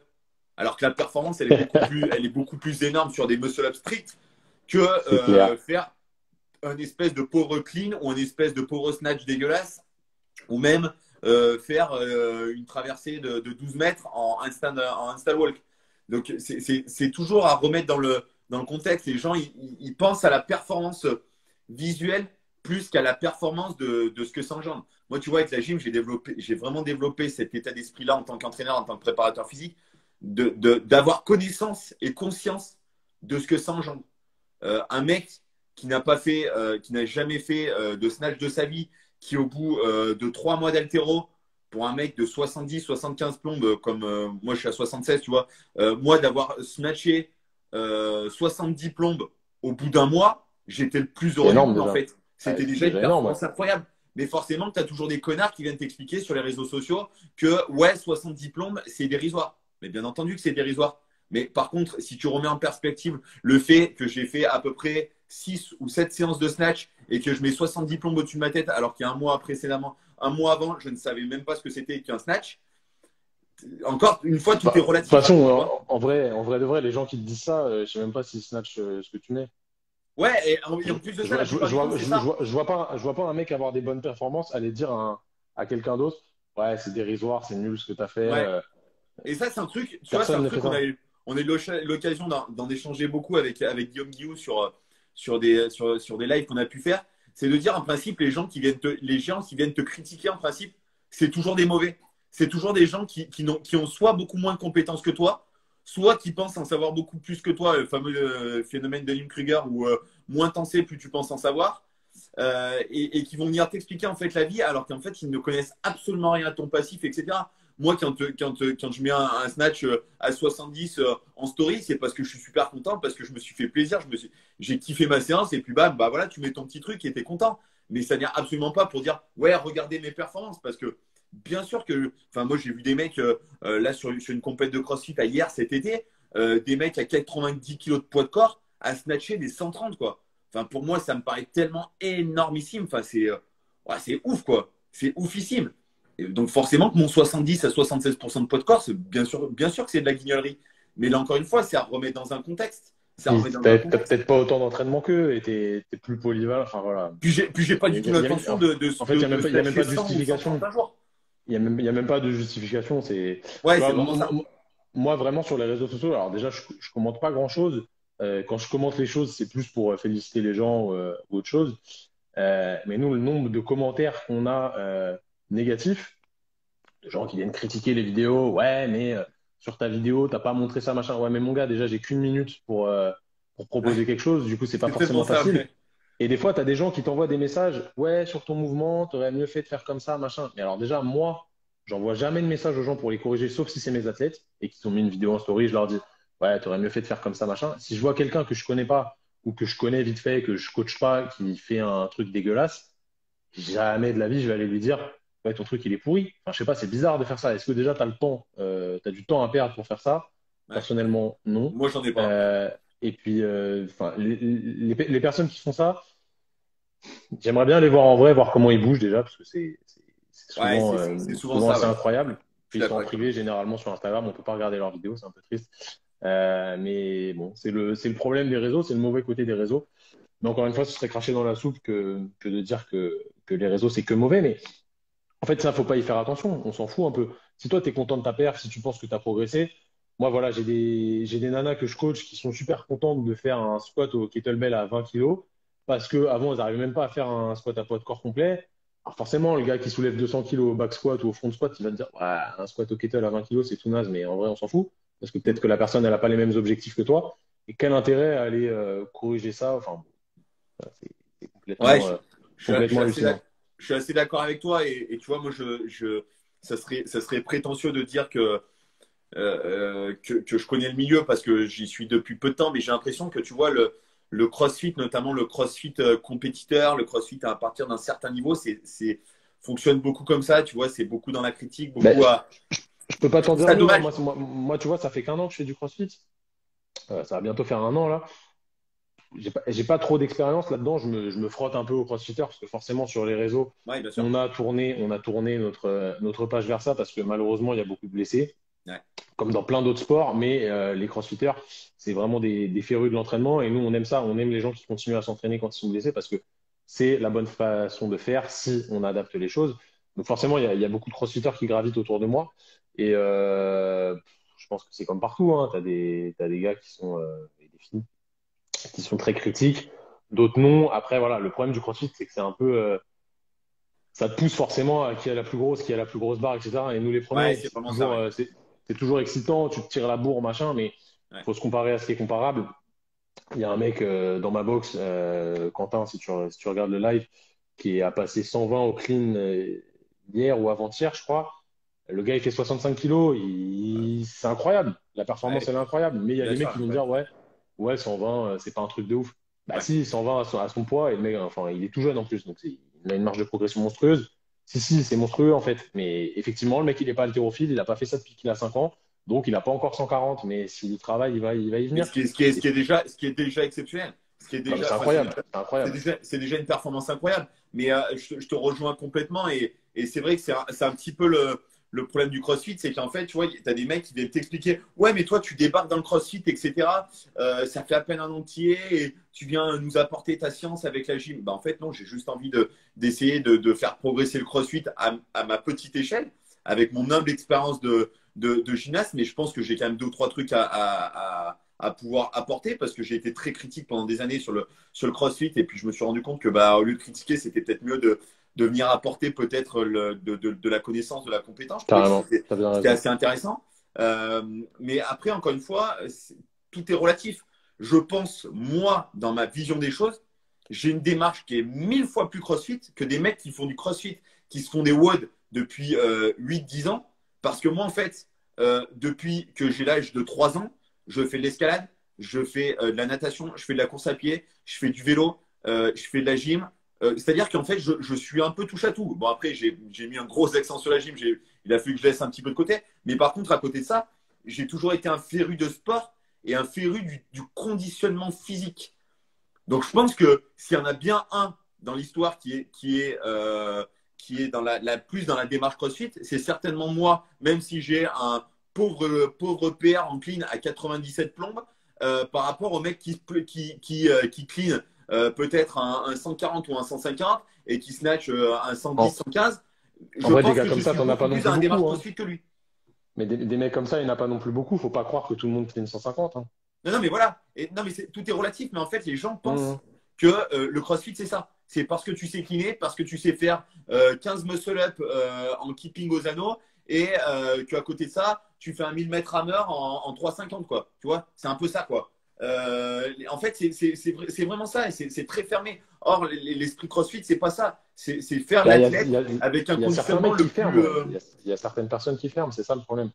Ouais. Mais comme dans tous les sports, hein. C'est dans tous les Comme dans tous les sports. sports. C'est dans tous les sports. Après, ce que je trouve intéressant quand même dans le CrossFit, c'est quand même que les gens sont assez de manière globale, hein, je parle vraiment de manière globale, sont très ouverts à la connaissance et à la compétence, c'est-à-dire Alors c'est ça, quelque chose ça, de bien ça, c'est reçu. clair et net. C'est pour ça qu'on aime beaucoup la communauté CrossFit, c'est que les gens, ils sont intéressés pour avoir des connaissances, pour progresser eux-mêmes. Et ça, c'est super bien parce que tu as pas mal de sports où les gens ils sont un petit peu fermés, c'est un petit peu ancré dans des vieilles méthodes, des vieilles théories. Et les gens, voilà, c'est comme ça et puis c'est tout. Et ils ne sont pas Ouais, forcément exactement. ouverts à la nouveauté. Alors que le CrossFit, c'est hybride et que justement, les gens veulent apprendre plein de nouvelles choses. pour progresser. Je reviens sur ce que j'ai dit tout à l'heure. J'ai dit qu'il y avait beaucoup de blessés dans le CrossFit. Je dis pas que le CrossFit est un sport pourvoyeur de blessures.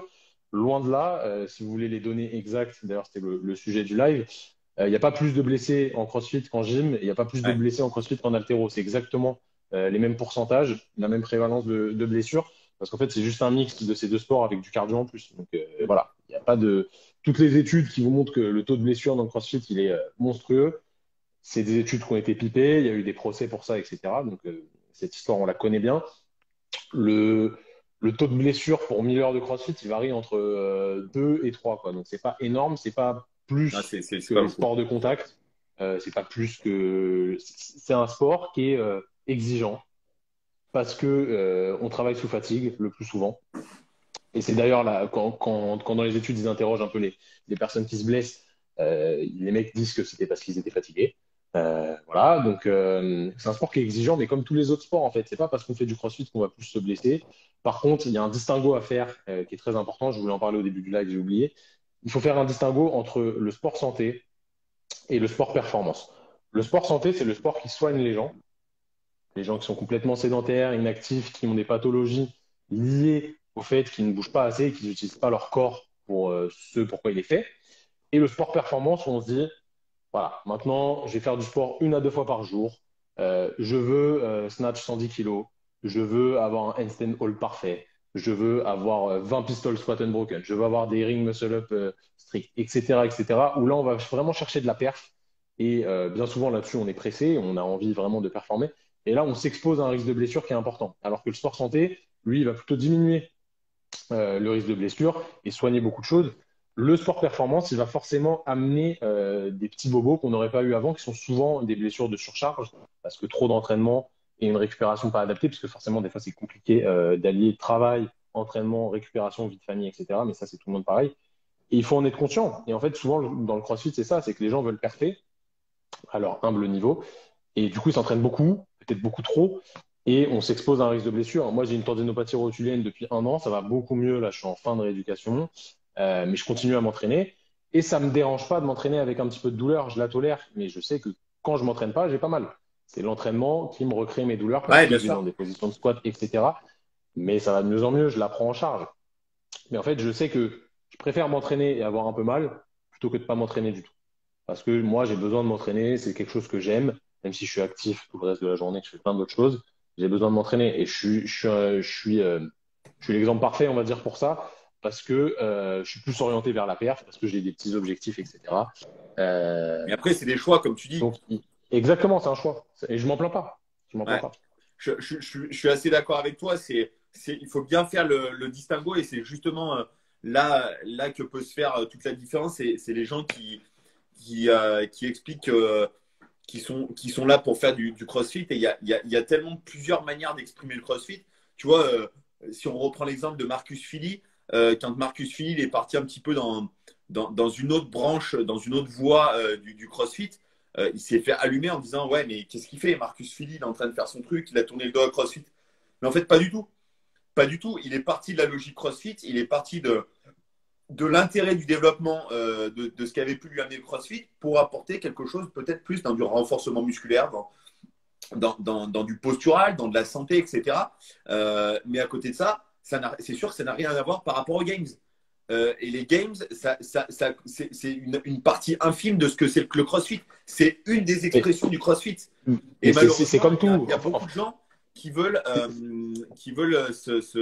tu vois, se rattacher en fait aux games en disant le CrossFit, c'est les games. Non, le CrossFit, les games sont une expression du CrossFit. Euh, mais c'est vrai que ça C'est comme influence tout. beaucoup.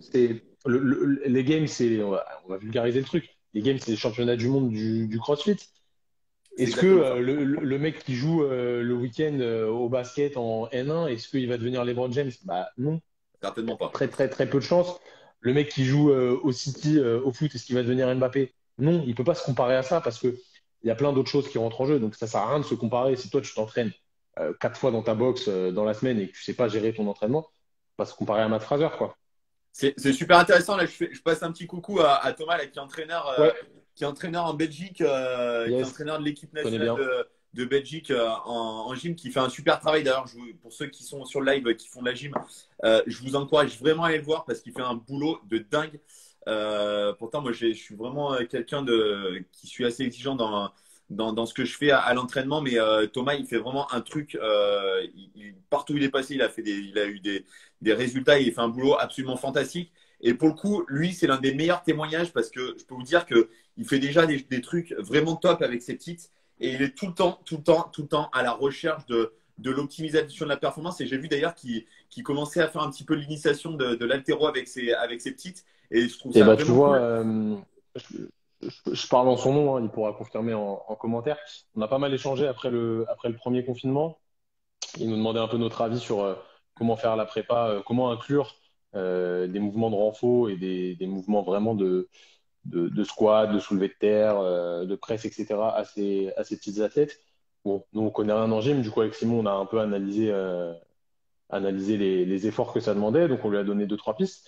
Mais ouais, il fait un sacré boulot, hein. Il leur a fait des C'est gros génial. cycles de renfo, etc., de force, de puissance. Ouais. Là, il me disait qu'il partait plus sur de l'endurance de force. Si je dis pas de conneries, il me confirmera le truc. Mais ouais, on a pas mal échangé. Franchement, il fait un travail de ouf. Donc, vraiment cool. Ouais, il fait vraiment un travail de ouf. Et là, pour le coup, il a l'inverse de. Ça, c'est des discussions qu'on a souvent que j'ai souvent pu avoir avec d'autres coachs ou lors de live.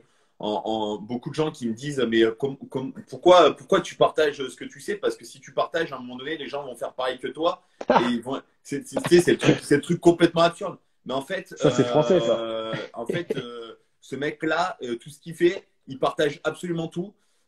Par contre, je n'ai encore vu personne qui a atteint son degré d'exigence et son degré de perfectionnisme avec les petites qu'il a à son âge. Alors après, bien entendu, hein, il y en a d'autres. Hein, pour ceux qui connaissent, qui sont vraiment du métier, moi je sais qu'il y en a d'autres. Mais vraiment, ce qu'il fait, c'est vraiment très intéressant. Il remet sans arrêt son travail en question et c'est vraiment, vraiment top. La preuve, tu vois, c'est qu'il est venu te contacter. Je sais qu'il suit beaucoup les travaux d'Aurélien Broussal. Mm. Voilà, Bah, c'est des gens qui se remettent en question. il a fait tous les webinaires d'Aurélien, tu vois. Ouais, Donc, en fait, ouais, ces gens-là, c'est un petit peu l'exemple. Ils payent pour avoir du contenu de qualité euh, pour se le transférer dans leur pratique. Donc, il s'est tourné vers Aurélien, mais évidemment, l'information, en fait, elle est partout. Elle est partout, il suffit de bien la chercher et après, il faut la mettre en place. ouais. Non, mais ça, c'est une évidence. Moi, tu sais, je pars toujours du principe quand les gens me demandent, mais ils disent, ouais, mais pourquoi tu fais ci, pourquoi tu fais ça, pourquoi tu partages, etc. De rien, Thomas, avec plaisir. On partagera d'ailleurs ton compte à la fin du live. Ah, Euh, il a trop d'abonnés, lui. C'est mort, ouais, bah, on sait il va jamais s'il peut décoller nous faire des après dans le. contre-follow, on sait jamais. Mais ouais, du coup, je disais, c'est vrai que moi, j'ai été content à un moment donné, une certaine époque. Je suis encore jeune, hein, je suis encore un bébé dans l'entraînement, j'ai 29 ans, donc voilà, je suis un jeune. On est des jeunes dans l'entraînement, entre guillemets. Mais c'est vrai qu'à la sortie, on se rend compte que ceux qui partagent, la plupart du temps, sont ceux qui réussissent. Pour la simple et bonne raison, c'est que moi, je pars toujours du principe qu'à un moment donné, j'ai été content d'avoir des formateurs, d'avoir des gens qui m'ont fait confiance et surtout qui m'ont transmis leur savoir et leurs compétences. J'ai eu la chance d'avoir un entraîneur très pointu, très calé dans l'univers de la gym et surtout dans l'univers de la préparation physique parce qu'aujourd'hui, il a préparé des athlètes de très haut niveau dans plusieurs disciplines. Aujourd'hui, il est référent dans la préparation physique du Team USA en natation synchronisée. Donc, autant te dire que quand tu rentres préparateur physique d'un Team USA, C'est ça que t'es chaud. inspire, ça inspire un peu ça inspire un peu le truc. Donc voilà, c'est assez cool de pouvoir partager parce qu'à un moment donné, moi j'ai eu la chance de pouvoir aller voir des gens qui m'ont donné, qui m'ont apporté de la compétence et de la connaissance. Et je pense que si ça peut, ne serait-ce qu'à une petite échelle, inspirer ou aider certaines personnes, c'est aussi l'intérêt. Et puis je pense que plus le niveau de coaching va progresser dans notre sphère, dans notre entourage et même de manière globale, hein, si on prend à petite échelle au niveau national, européen et puis après à plus grande échelle au niveau mondial, plus le niveau va augmenter et plus on sera obligé d'élever son niveau de compétence et plus ça va rendre de la crédibilité, de la compétence aux gens qui seront bons. Et surtout, ça démasquera aussi beaucoup les imposteurs parce que Dieu sait si on a un bon nombre qui se prétendent les rois du monde alors que la plupart du temps, ils te vendent des programmes qu'eux-mêmes n'ont jamais fait parce qu'ils en seraient incapables. Donc ça, c'est un petit peu la problématique. Du coup, je sais pas si les gens qui nous suivent là ont des questions. Moi, j'avais reçu une ou deux questions en live. On va peut-être pouvoir. Moi j'ai reçu des questions, mais en vrai, ça n'avait rien à voir. Bah, on Les- verra si on a peut-être le temps on verra si on a peut-être le temps de les passer. Franchement, rien à voir. Les gens, ils posent des questions, aucun rapport. Ok, donc on ne les passera pas. Moi, j'avais une question sur les problématiques au niveau des conflits à chromioclave. Ok. C'est quelque chose qu'on rencontre souvent, notamment nous chez les gymnastes, où on a une posture très souvent qui est un petit peu enroulée vers l'intérieur. On sait on est assez sujet à ce genre de problématiques. Est-ce que tu peux nous dire deux, trois mots là-dessus? Est-ce que tu as souvent l'habitude d'en voir? Est-ce que c'est des choses qui peuvent se régler assez facilement? Est-ce que tu as un ordre d'idée un petit peu du timing, du temps que ça peut prendre, même si, comme on a dit jusqu'à présent, c'est du cas par cas et chacun réagit de manière bien différente. Est-ce que tu peux nous en parler de manière un petit peu plus peut-être précise? Alors, on va rentrer dans une sphère qui m'est très chère. Moi, je fais énormément d'épaules à mon cabinet de kiné. Je suis vraiment très axé là-dessus. C'est vraiment mon truc. Donc, pour remettre un petit peu les choses dans leur contexte, il y a pas mal de croyances au niveau de l'épaule. Je vais peut-être me faire des ennemis à raconter des choses comme ça, mais aujourd'hui, on sait que il y a pas mal de choses qu'on pensait avant qui sont un petit peu erronées. Par exemple, tu me disais le fait d'avoir les épaules très en avant, c'est pas forcément problématique en fait. C'est pas ça qui va causer le problème. C'est pas une histoire de posture. C'est pas non plus une histoire de balance musculaire. Alors évidemment, si tu as des rotateurs externes dans les chaussettes, c'est pas forcément terrible, mais tout ça, c'est un petit peu remis en cause. Il faut vraiment faire du cas par cas. Une épaule, c'est une articulation qui est assez complexe. Alors, faut pas oublier que dans l'épaule, d'ailleurs, c'est le sujet, un des sujets des podcasts qu'on a tourné avec Aurélien qui sortira peut-être en 2021, où Génial, très bien. on discute un peu plus de ça. Une épaule, c'est une articulation qui est très complexe. Il y a l'humérus qui est posé sur l'omoplate, il y a l'omoplate qui est articulée avec la clavicule qui est articulée avec le sternum, l'omoplate qui est posée sur les côtes. Donc, c'est vraiment un complexe d'articulation. Il y a plein de choses qui rentrent en jeu quand on bouge l'épaule. Et en fait, déjà, c'est important d'avoir une bonne mobilité globale de l'épaule. Donc, ça ne veut pas dire qu'une bonne mobilité au niveau de l'humérus sur l'omoplate. Non, une bonne mobilité scapulaire aussi. Il faut que l'omoplate bouge bien. Il faut que la sterno-claviculaire bouge bien aussi. Il y a vraiment plein, plein, plein de choses à prendre en compte. Et souvent, on dit, ouais, il faut plus renforcer l'arrière de l'épaule que le devant de l'épaule. Oui, je ne vais pas me mentir là-dessus, c'est important, mais ce n'est pas forcément tout le temps la cause du problème. Et on se focalise un peu trop là-dessus. On va dire, dès que quelqu'un a mal à l'épaule, ouais, fais plus de tirage, fais plus de rotation externe. Et souvent, en fait, ça ne marche pas parce que le problème, il ne vient pas de là. Alors là, Le problème, je te coupe juste ouais, quelques secondes. Là, tu viens de mettre un putain de coup de pied à la fourmilière parce que très souvent, on est ancré dans ces croyances-là. Et moi, le premier, hein, là, tu vois, Bien sûr, bien tu sûr. viens me confirmer mes dernières lectures sur, en effet, sur cette problématique de mobilité dans les différents plans parce que c'est ce qui fait un petit peu la complexité justement de l'épaule, c'est qu'elle est mobile dans tous les plans de l'espace. Nous, en tant que gymnaste, notamment chez les masculins, on y est très confronté notamment avec le travail très particulier au niveau des anneaux, etc. Nous, on sait justement que chez les gymnastes, de manière particulière, c'est qu'on est beaucoup plus puissant de l'avant et que à 95% du temps, c'est parce qu'on a un déficit de force sur l'arrière de l'épaule plus qu'un problème de mobilité. Donc là, je Après, reprends vraiment une.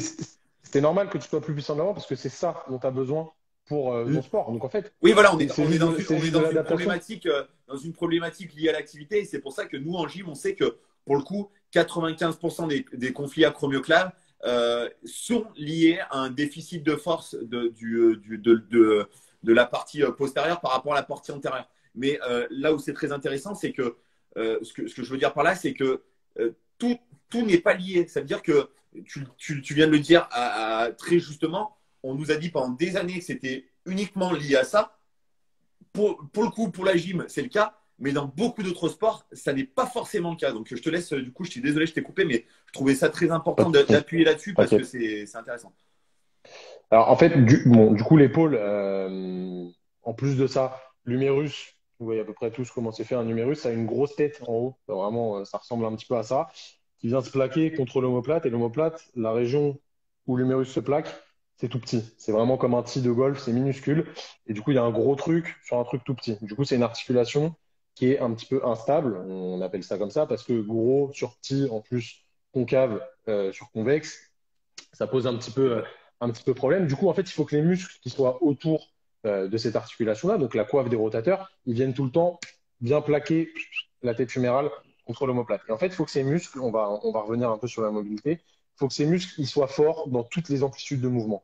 Ils soient capables de bien coapter cette tête humérale, peu importe où tu es. Que tu sois là sur ton nano, que tu sois là sur ton snatch, que tu sois comme tu veux dans n'importe quelle position, que tu fasses un 3 points au basket, peu importe, il faut que ces muscles ils soient capables de générer de la force dans le maximum d'amplitude possible.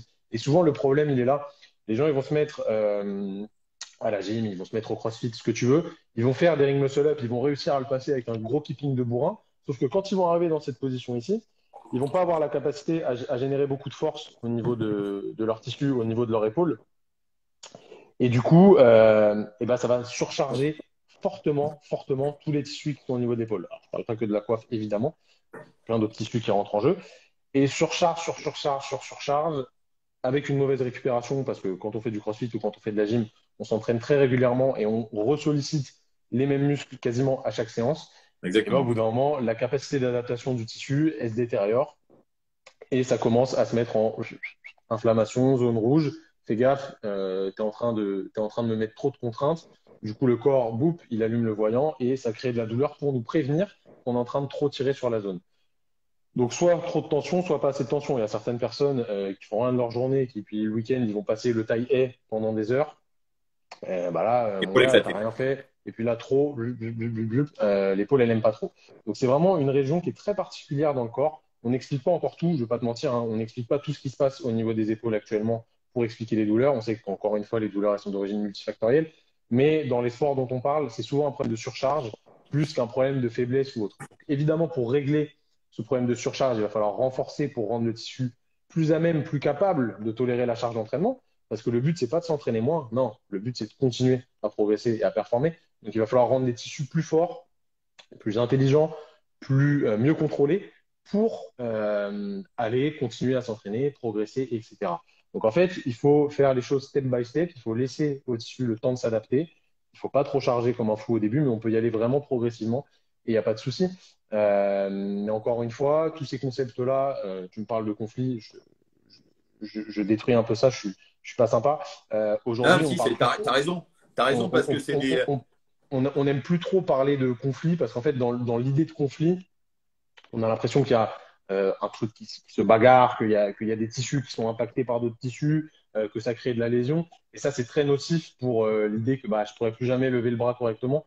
Ouais, si, on peut toujours se réadapter, il n'y a pas de problème.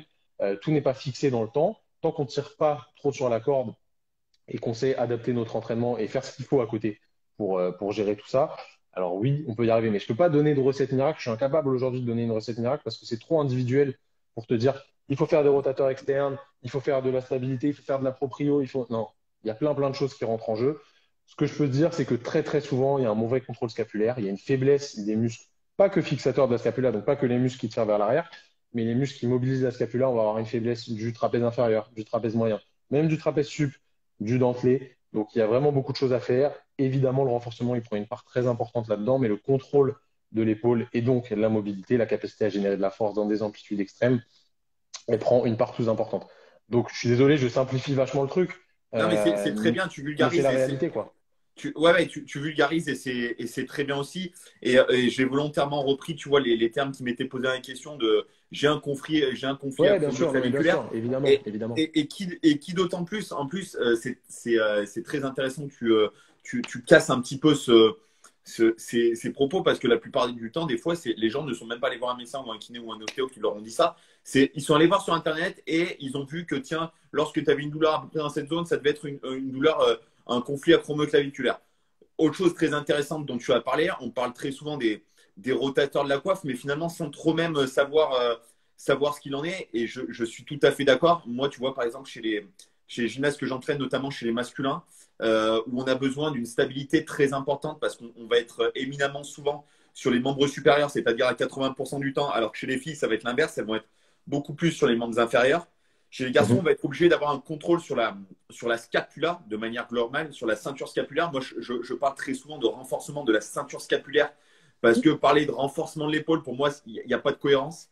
Mais c'est comme ça qu'on Par appelle contre, ça. pour Donc, t'as parler de la raison, ceinture c'est scapulaire, ça. on sait que ça englobe quelque chose de beaucoup plus général, de beaucoup plus global, avec des interactions, en effet, comme tu disais tout à l'heure, avec peut-être le grand dorsal, le dentelé, c'est tous les ronds, rhomboïdes, petits ronds, grands ronds. Euh, c'est vraiment des choses qui sont intéressantes d'aller mobiliser dans des amplitudes différentes. Et moi, par exemple, je sais que je fais un travail extrêmement important sur les rotateurs externes avec mes jeunes gymnastes, justement, pour éviter qu'ils s'enferment trop vers l'avant. Mais on oublie très souvent de dire qu'en parallèle de ce renforcement, il y a aussi une notion de souplesse et de mobilité thoracique, parce que Exactement. C'est ce que j'allais dire. Ouais. renforcer une partie postérieure, si devant on n'est pas libéré, qu'on n'a pas gagné de l'ouverture, ça n'a absolument aucun intérêt. Et ce qui est d'autant plus intéressant, ce que tu disais, être fort dans les différentes amplitudes. Moi, par exemple, sur les rotateurs externes, je ne fais pas un ou deux exercices. On a une routine. Je sais que quand le jour on va faire du travail au cheval d'arçon, on va avoir une séance très poussée au cheval d'arçon ou au barre parallèle où on va être sur du travail d'appui, sur du travail de transfert d'appui très pointu. Et ben là, qu'est-ce qui va se passer? Je vais leur faire un travail éminemment pointu sur les rotateurs externes, mais ça ne sera pas un ou deux exercices. Ça va être 6 exercices uniquement orientés sur ce travail d'appui, sur ce travail de fixation, d'ouverture de la cage, de maintien de la scapula en position d'ouverture. Donc, c'est-à-dire qu'il va y avoir de la mobilité, il va y avoir du renforcement, mais on est vraiment sur plusieurs exercices. C'est pas de dire, bah tiens, c'est bon, j'ai fait un exercice de renforcement des rotateurs externes, c'est bon, je vais être fort. Parce que cette notion de renforcer, comme tu disais très bien, cette notion de mobilité, être fort dans différentes amplitudes, c'est primordial. Je suis complètement d'accord avec ça. En fait, le truc que les gens n'ont pas forcément compris, c'est que faire cet exercice-là, là, le L-fly, rotateur externe en position R1, c'est très bien. J'en fais faire à mes patients, j'en fais faire à mes athlètes parce que c'est un des exercices, si on arrive à chanter le deltoïde postérieur, qui est un des exercices qui stimule le plus l'infraépineux. On va pas se mentir. Et l'infraépineux, c'est le plus gros rotateur externe. Mais quel est le transfert en fait? Dans quelle activité on fait ça? Pas sauf si tout vous déporte toute la journée, c'est ton métier. Je suis d'accord. Personne ne fait ça. En R1, personne ne fait ça toute la journée, ça Ça peut n'existe être un pas. exercice d'activation. Exactement. Je ne dis pas que je ne le fais pas faire, encore loin de là, je l'ai encore fait faire tout à l'heure à un patient, il n'y a aucun souci avec cet Mais je suis exercice. d'accord qu'en termes Sauf de que transférabilité, faire juste ça, ça va pas te permettre de ne pas avoir mal quand tu te mets en handstand. Parce qu'en fait, peut-être que dans la position de handstand, la stabilité que ta coiffe postérieure va devoir créer, elle va pas forcément devoir créer de la rotation externe, parce que, comme j'ai dit tout à l'heure, s'il y a un truc à mémoriser aujourd'hui sur l'épaule, c'est que la coiffe des rotateurs, elle est surtout stabilisatrice de la tête humérale. Elle est moins motrice que stabilisatrice. Elle est là pour stabiliser à bloc. Celui qui dit le contraire, il a rien compris à l'épaule. Là, on est vraiment clair là-dessus. Donc, quand tu es en position de handstand, bras tendu avec tout ton poids de corps, crois-moi que ton infraépineux, il bosse à bloc. Et il faut qu'il soit fort dans cette position-là. Donc, il faut l'entraîner à être fort dans cette position-là et pas que à ouvrir des portes toute la journée. ouais, c'est très intéressant parce que tu vois, moi, j'ai fait ça, j'ai fait le test encore tout à l'heure à l'entraînement. J'ai mes petites qui sont en phase de reprise puisqu'on a pu reprendre mercredi à la réouverture des structures sportives pour des athlètes, bien entendu, qui sont mineurs. Et je leur demande de faire un gros travail de fixation au niveau des omoplates et des rotateurs externes quand on fait du travail de handstand. Moi, je travaille beaucoup ventre au mur sur sur des séries longues. Là, tu vois, tout à l'heure, on a fait 2 minutes 30, 2 minutes et 1 minute 30 ventre au mur, donc en handstand, sans pause. Donc ça commence déjà à faire des petites séries assez engageantes. Et la plus grosse contrainte, elle se situe plus entre les omoplates qu'au niveau des épaules, ou au niveau des bras ou même au niveau des poignets. D'ailleurs, j'ai une question qui m'a été posée et je la poserai après pour que tu puisses nous éclairer là-dessus. Mais la plupart du temps, ça vient au niveau des fixateurs de l'omoplate et au niveau voilà, au niveau des fixateurs externes, etc., plus que dans les épaules et dans les bras en eux-mêmes. Mais encore une fois, il faut que ce travail soit bien engagé. Parce que quelqu'un qui va faire un Évidemment. handstand, le corps complètement relâché, les épaules complètement fermées, la tête complètement levée, lui, au bout de 2 minutes, il va être complètement satellisé au niveau des lombaires. Je t'explique même pas au niveau des cervicales et au niveau des poignets. Enfin, ça va être un délire Ah total. ouais, c'est clair. Alors, C'est clair. encore une fois, la précision dans le placement est primordiale et ça, c'est quelque chose que je rencontre beaucoup dans le CrossFit où les gens me disent ouais, mais nous, on s'en fout, on veut pas avoir le niveau d'excellence et le niveau de perfection d'un gymnaste. Oui, mais ce que tu n'as pas compris, c'est qu'en fait, le niveau d'exigence et le niveau de perfectionnement dans le renforcement, c'est parce qu'il va te permettre de développer des niveaux de force différents, dans des aptitudes et dans des domaines différents, qui te permettront par la suite de pouvoir peut-être maîtriser le handstand walk. Tu vois, il y en a beaucoup qui t'expliquent que ce n'est pas indispensable de faire du handstand hold pour faire du handstand walk.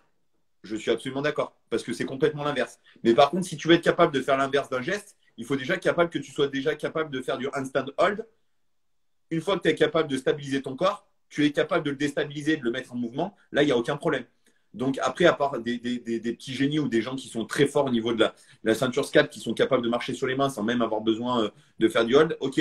Mais par contre, le mec qui comprend, et ouais, bah ouais, on en avait parlé, mais parce qu'après, tu l'as dit aussi, tu as un passif en tant que Oui, judoka au bien niveau sûr, bien sûr, bien sûr. de la ceinture SCAT qui est très costaud. Mais la plupart du temps, les gens pour qui on va reprendre le handstand hold pour remettre du handstand walk en bon état de marche derrière, les mecs, quand ils vont refaire du handstand walk, il n'y aura aucun problème. Moi, je sais, par Ah oui, exemple, c'est sûr, c'est c'est sûr. une question qui m'est posée. Qu'est-ce que tu fais pour apprendre le handstand walk? Je ne sais pas, vu que je n'ai jamais appris le handstand walk. Ça s'est fait de manière tellement naturelle. Mais à partir du moment donné où tu sais faire un handstand, marcher sur tes mains, c'est quand même pas très compliqué, quoi. Après, il y a Mhm. 4, 5 exercices à mettre en place pour perfectionner, pour donner du rythme, pour être capable de pouvoir créer de l'accélération, de la décélération, de pouvoir rééquilibrer, etc. Mais ça va pas guère plus loin. Après, ça reste de la pratique. Moi, tu vois, dans ma programmation, là, je suis en train de valider mon deuxième bloc, mon volume 2 de programmation sur l'handstand, ma programmation de handstand highway, où là, je vais faire vraiment du travail au niveau du handstand walk, au niveau des demi-tours sur les mains, etc. Y a pas 50 exercices sexy. Par contre, il y a à nouveau beaucoup de handstand hold, beaucoup de travail au niveau de placement, de la capacité à venir placer les fesses au-dessus des épaules ou de faire passer les fesses devant les mains pour créer du déplacement, etc. Enfin, tu vois, c'est tout ce genre de choses où les gens pensent qu'encore une fois, il y a des recettes miracles, alors qu'en fait, une fois de plus, il suffit de revenir à la base. Tiens, Thomas Blagnac aussi, pareil, c'est un super coach. Je vous conseille d'aller suivre, c'est un poteau Putain, mais les Thomas sont forts Avec des ce soir, Thomas, hein. hein. Avec des Putain, Thomas. les Thomas race des seigneurs, là, hein. Donc voilà, c'est hyper important et hyper intéressant toujours de revenir à la base d'un mouvement fonctionnel. Et tu as entièrement raison que des fois, on cherche tellement à isoler un geste et à isoler une action spécifique que ça en devient n'importe quoi. Tu vois, j'ai échangé il n'y a pas longtemps avec Olivier Bollier, pareil, qui est l'un des préparateurs physiques les plus en vogue et qui est l'un des tauliers aussi de la préparation physique en France et qui me disait, moi, tu vois, depuis quelques années, j'ai tendance à déspécialiser mes athlètes, à revenir à de la PPG, mais encore de la PPG avec de la cohérence de transférabilité. Mais oui, C'est-à-dire qu'à un moment donné, parce que lui, il a son expertise voilà, qui est là. il a un Bien niveau sûr, bien d'expertise et sûr. encore une fois, nous, la grande chance qu'on peut avoir en tant que coach de gym, c'est qu'on maîtrise un petit peu tous les pans de la préparation physique. C'est-à-dire que l'entraîneur est préparateur physique.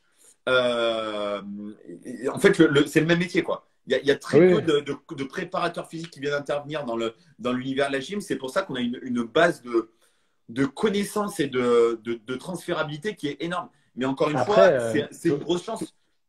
tu vois, en vrai, à part dans les niveaux où ça commence à être assez élevé, il n'y a pas tant de préparateurs physiques que ça qui interviennent dans des structures, hein, Ouais. malheureusement, hein. Ouais, malheureusement. Malheureusement. Malheureusement, et très souvent, tu vois, moi, quand j'entends dans le foot, non, il faut surtout pas faire de gainage, surtout pas faire de souplesse. Alors, ça a changé, hein, c'est en train de changer, etc. Mais pendant combien de temps j'ai entendu ça? Et ouais, et encore, voilà, je suis assez d'accord avec toi. Moi, tu vois, pendant que je faisais de la gym, quand j'étais jeune, le seul moyen d'être un petit peu avec mes potes, c'était de continuer une activité. Donc, je faisais du foot. Je ne faisais pas les entraînements parce que je m'entraînais déjà 20 heures à côté, donc je faisais que les matchs.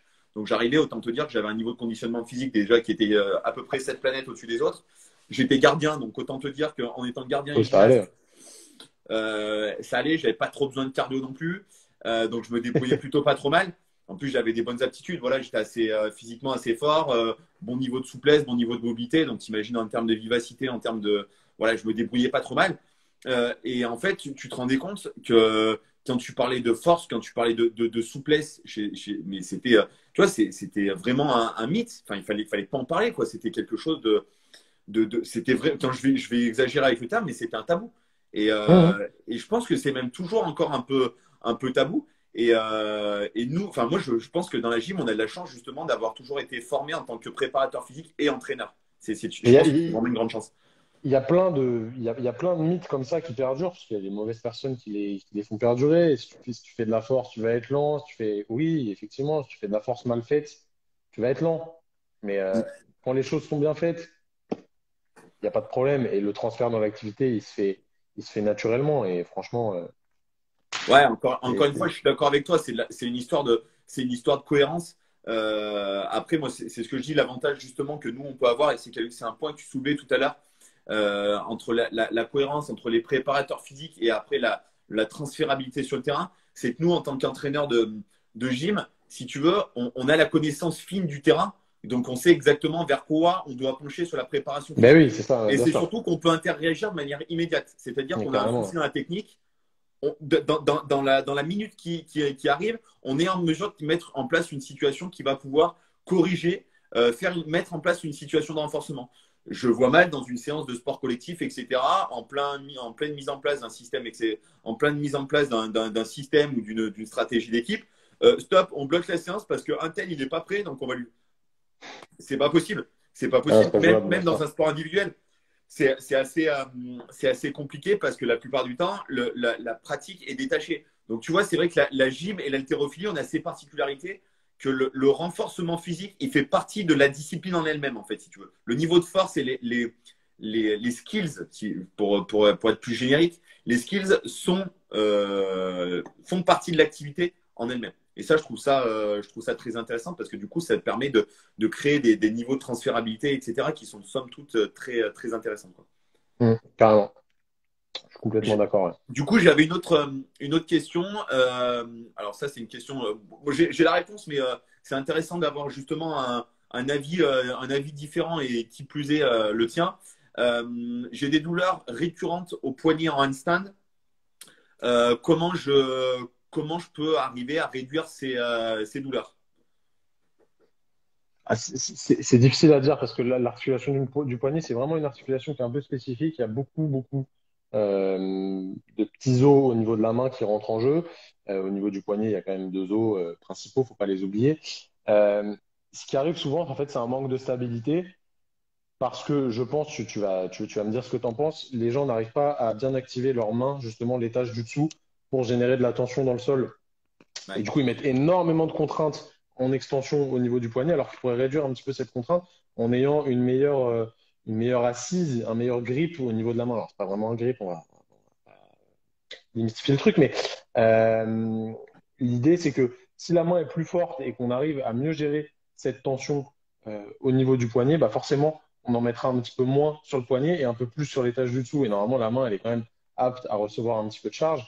Euh, voilà, hein, c'est toujours un petit peu difficile. En tout cas, il faut gagner en extension de manière active. C'est pas juste je sais faire ça. Non, c'est je suis capable, moi, d'aller là. Et il y a une grosse différence entre le passif ici. Vous voyez, moi, j'ai une petite différence quand même, hein. Je vais plus loin là que activement. Donc, il faudrait que je travaille ma mobilité pour aller chercher une amplitude active beaucoup plus importante.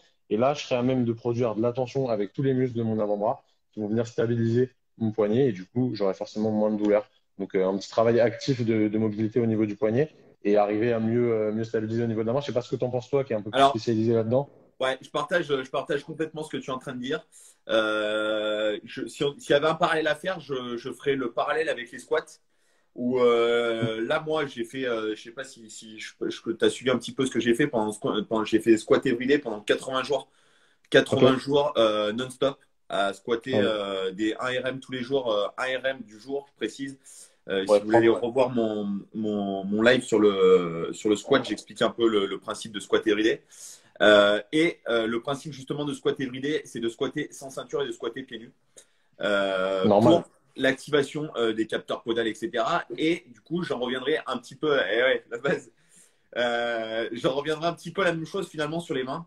C'est un travail d'éducation sensorielle, d'où l'intérêt de travailler sur différents supports, sur différents diamètres.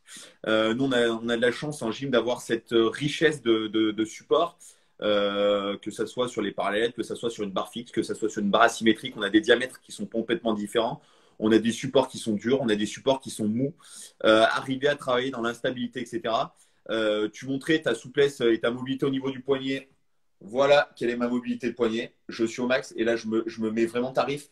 Ça ne m'empêche pas de faire un handstand et d'avoir assez peu mal au poignet. Bon, alors forcément, quand on va des amplitudes assez importantes, forcément qu'à un moment donné, ça me limite. Mais en handstand, je n'ai absolument aucun problème. Encore une fois, la mobilité, ben, on peut arriver à tricher de manière un petit peu différente. C'est-à-dire que sur un handstand, si on a tendance à être un petit peu raide, et ben on va avoir tendance, hop, je vais me mettre ici, à ouvrir un tout petit peu plus les épaules de telle manière à ce que l'angulation en fait, du poignet elle soit légèrement récupérée par l'épaule. Je dis bien très légèrement. Hein, il ne faut pas extrapoler. Et après, bah forcément, travailler sur différents supports, travailler sur des supports durs, travailler sur des supports mous. Nous, on a de la chance d'avoir par exemple des trampolines. Je fais beaucoup de travail avec mes athlètes d'équilibre et de rebond en équilibre sur un trampoline pour travailler justement cette capacité à résister face à une déformation qui est importante parce que la toile du trampoline, forcément, elle va accélérer la vitesse dans le poignet, dans le bras et dans l'ensemble du corps par la suite. Donc, si on est capable d'encaisser des niveaux de résistance tels que cela, il n'y a pas de problème. Après, on va arriver à gagner forcément en mobilité, en souplesse et en force.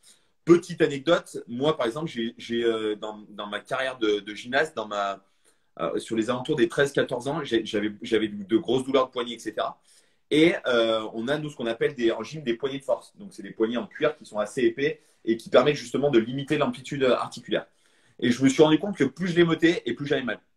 Tout simplement parce que je limitais de plus en plus l'amplitude articulaire.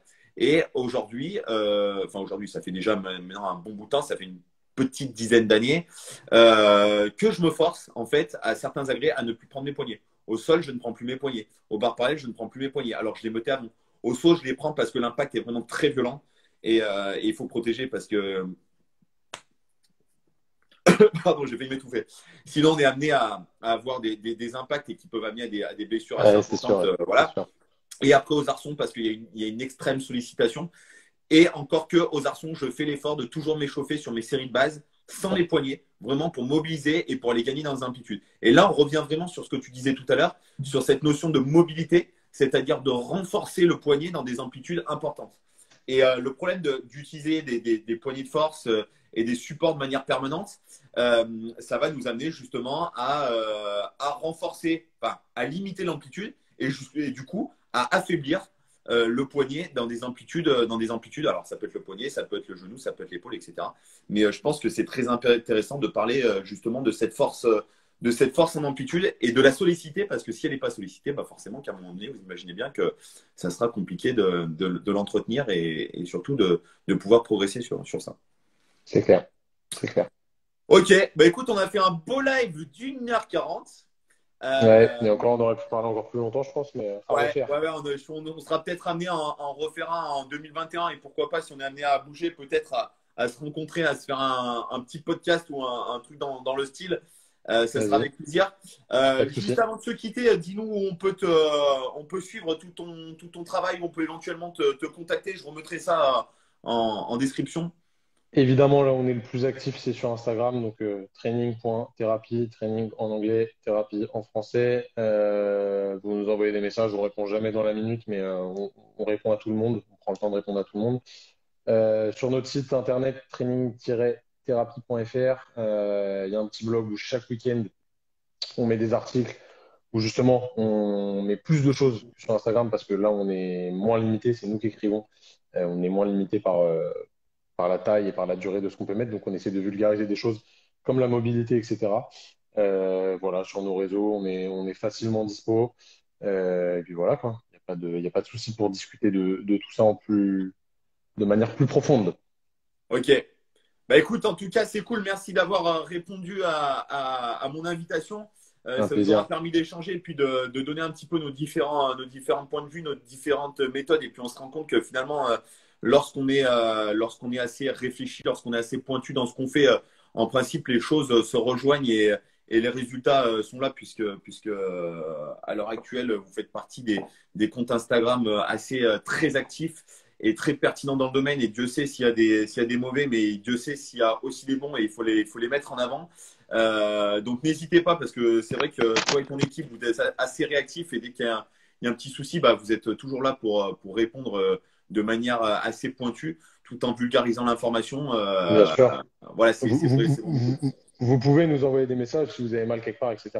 On vous fera pas de diagnostic, on vous dira pas quoi faire exactement. On vous donnera juste notre avis Des pistes. le plus simple possible. Après, nous envoyez pas des dingueries. Il y en a qui nous envoient des trucs complètement hallucinants où ils pensent on va tout régler en 30 secondes. Non, on n'est pas en consultation, hein, c'est pas comme ça que ça fonctionne. Mais si on peut aider les gens, on le fait du mieux qu'on peut, évidemment, tout en étant très terre à terre. On est encore une fois pas magicien. Je répète ce que j'ai dit au début. Le corps humain, c'est une machine qui s'adapte constamment. Donc, il faut savoir jouer avec, il faut savoir comprendre ce qui fonctionne sur soi. Et vous irez où vous voulez grâce à ça, quoi. Exactement. En tout cas, faut savoir prendre son temps, savoir s'écouter et également être intelligent dans sa manière de s'entraîner. C'est pas parce qu'on va s'entraîner plus qu'on sera meilleur, c'est surtout savoir s'entraîner beaucoup plus intelligent. Tu l'as très bien dit tout à l'heure, en faire le moins possible pour avoir un résultat le plus efficient possible. Écoute, en tout Exactement. cas, une fois de plus, merci à toi. Je te souhaite Eh bien, une très merci à bonne toi. soirée et je te dis Ouais, à très vite. Et merci à toutes et à tous de nous avoir suivis sur ce live. Ciao, ciao. ça roule. Merci pour l'invitation. Ciao. À Allez, plus. ciao.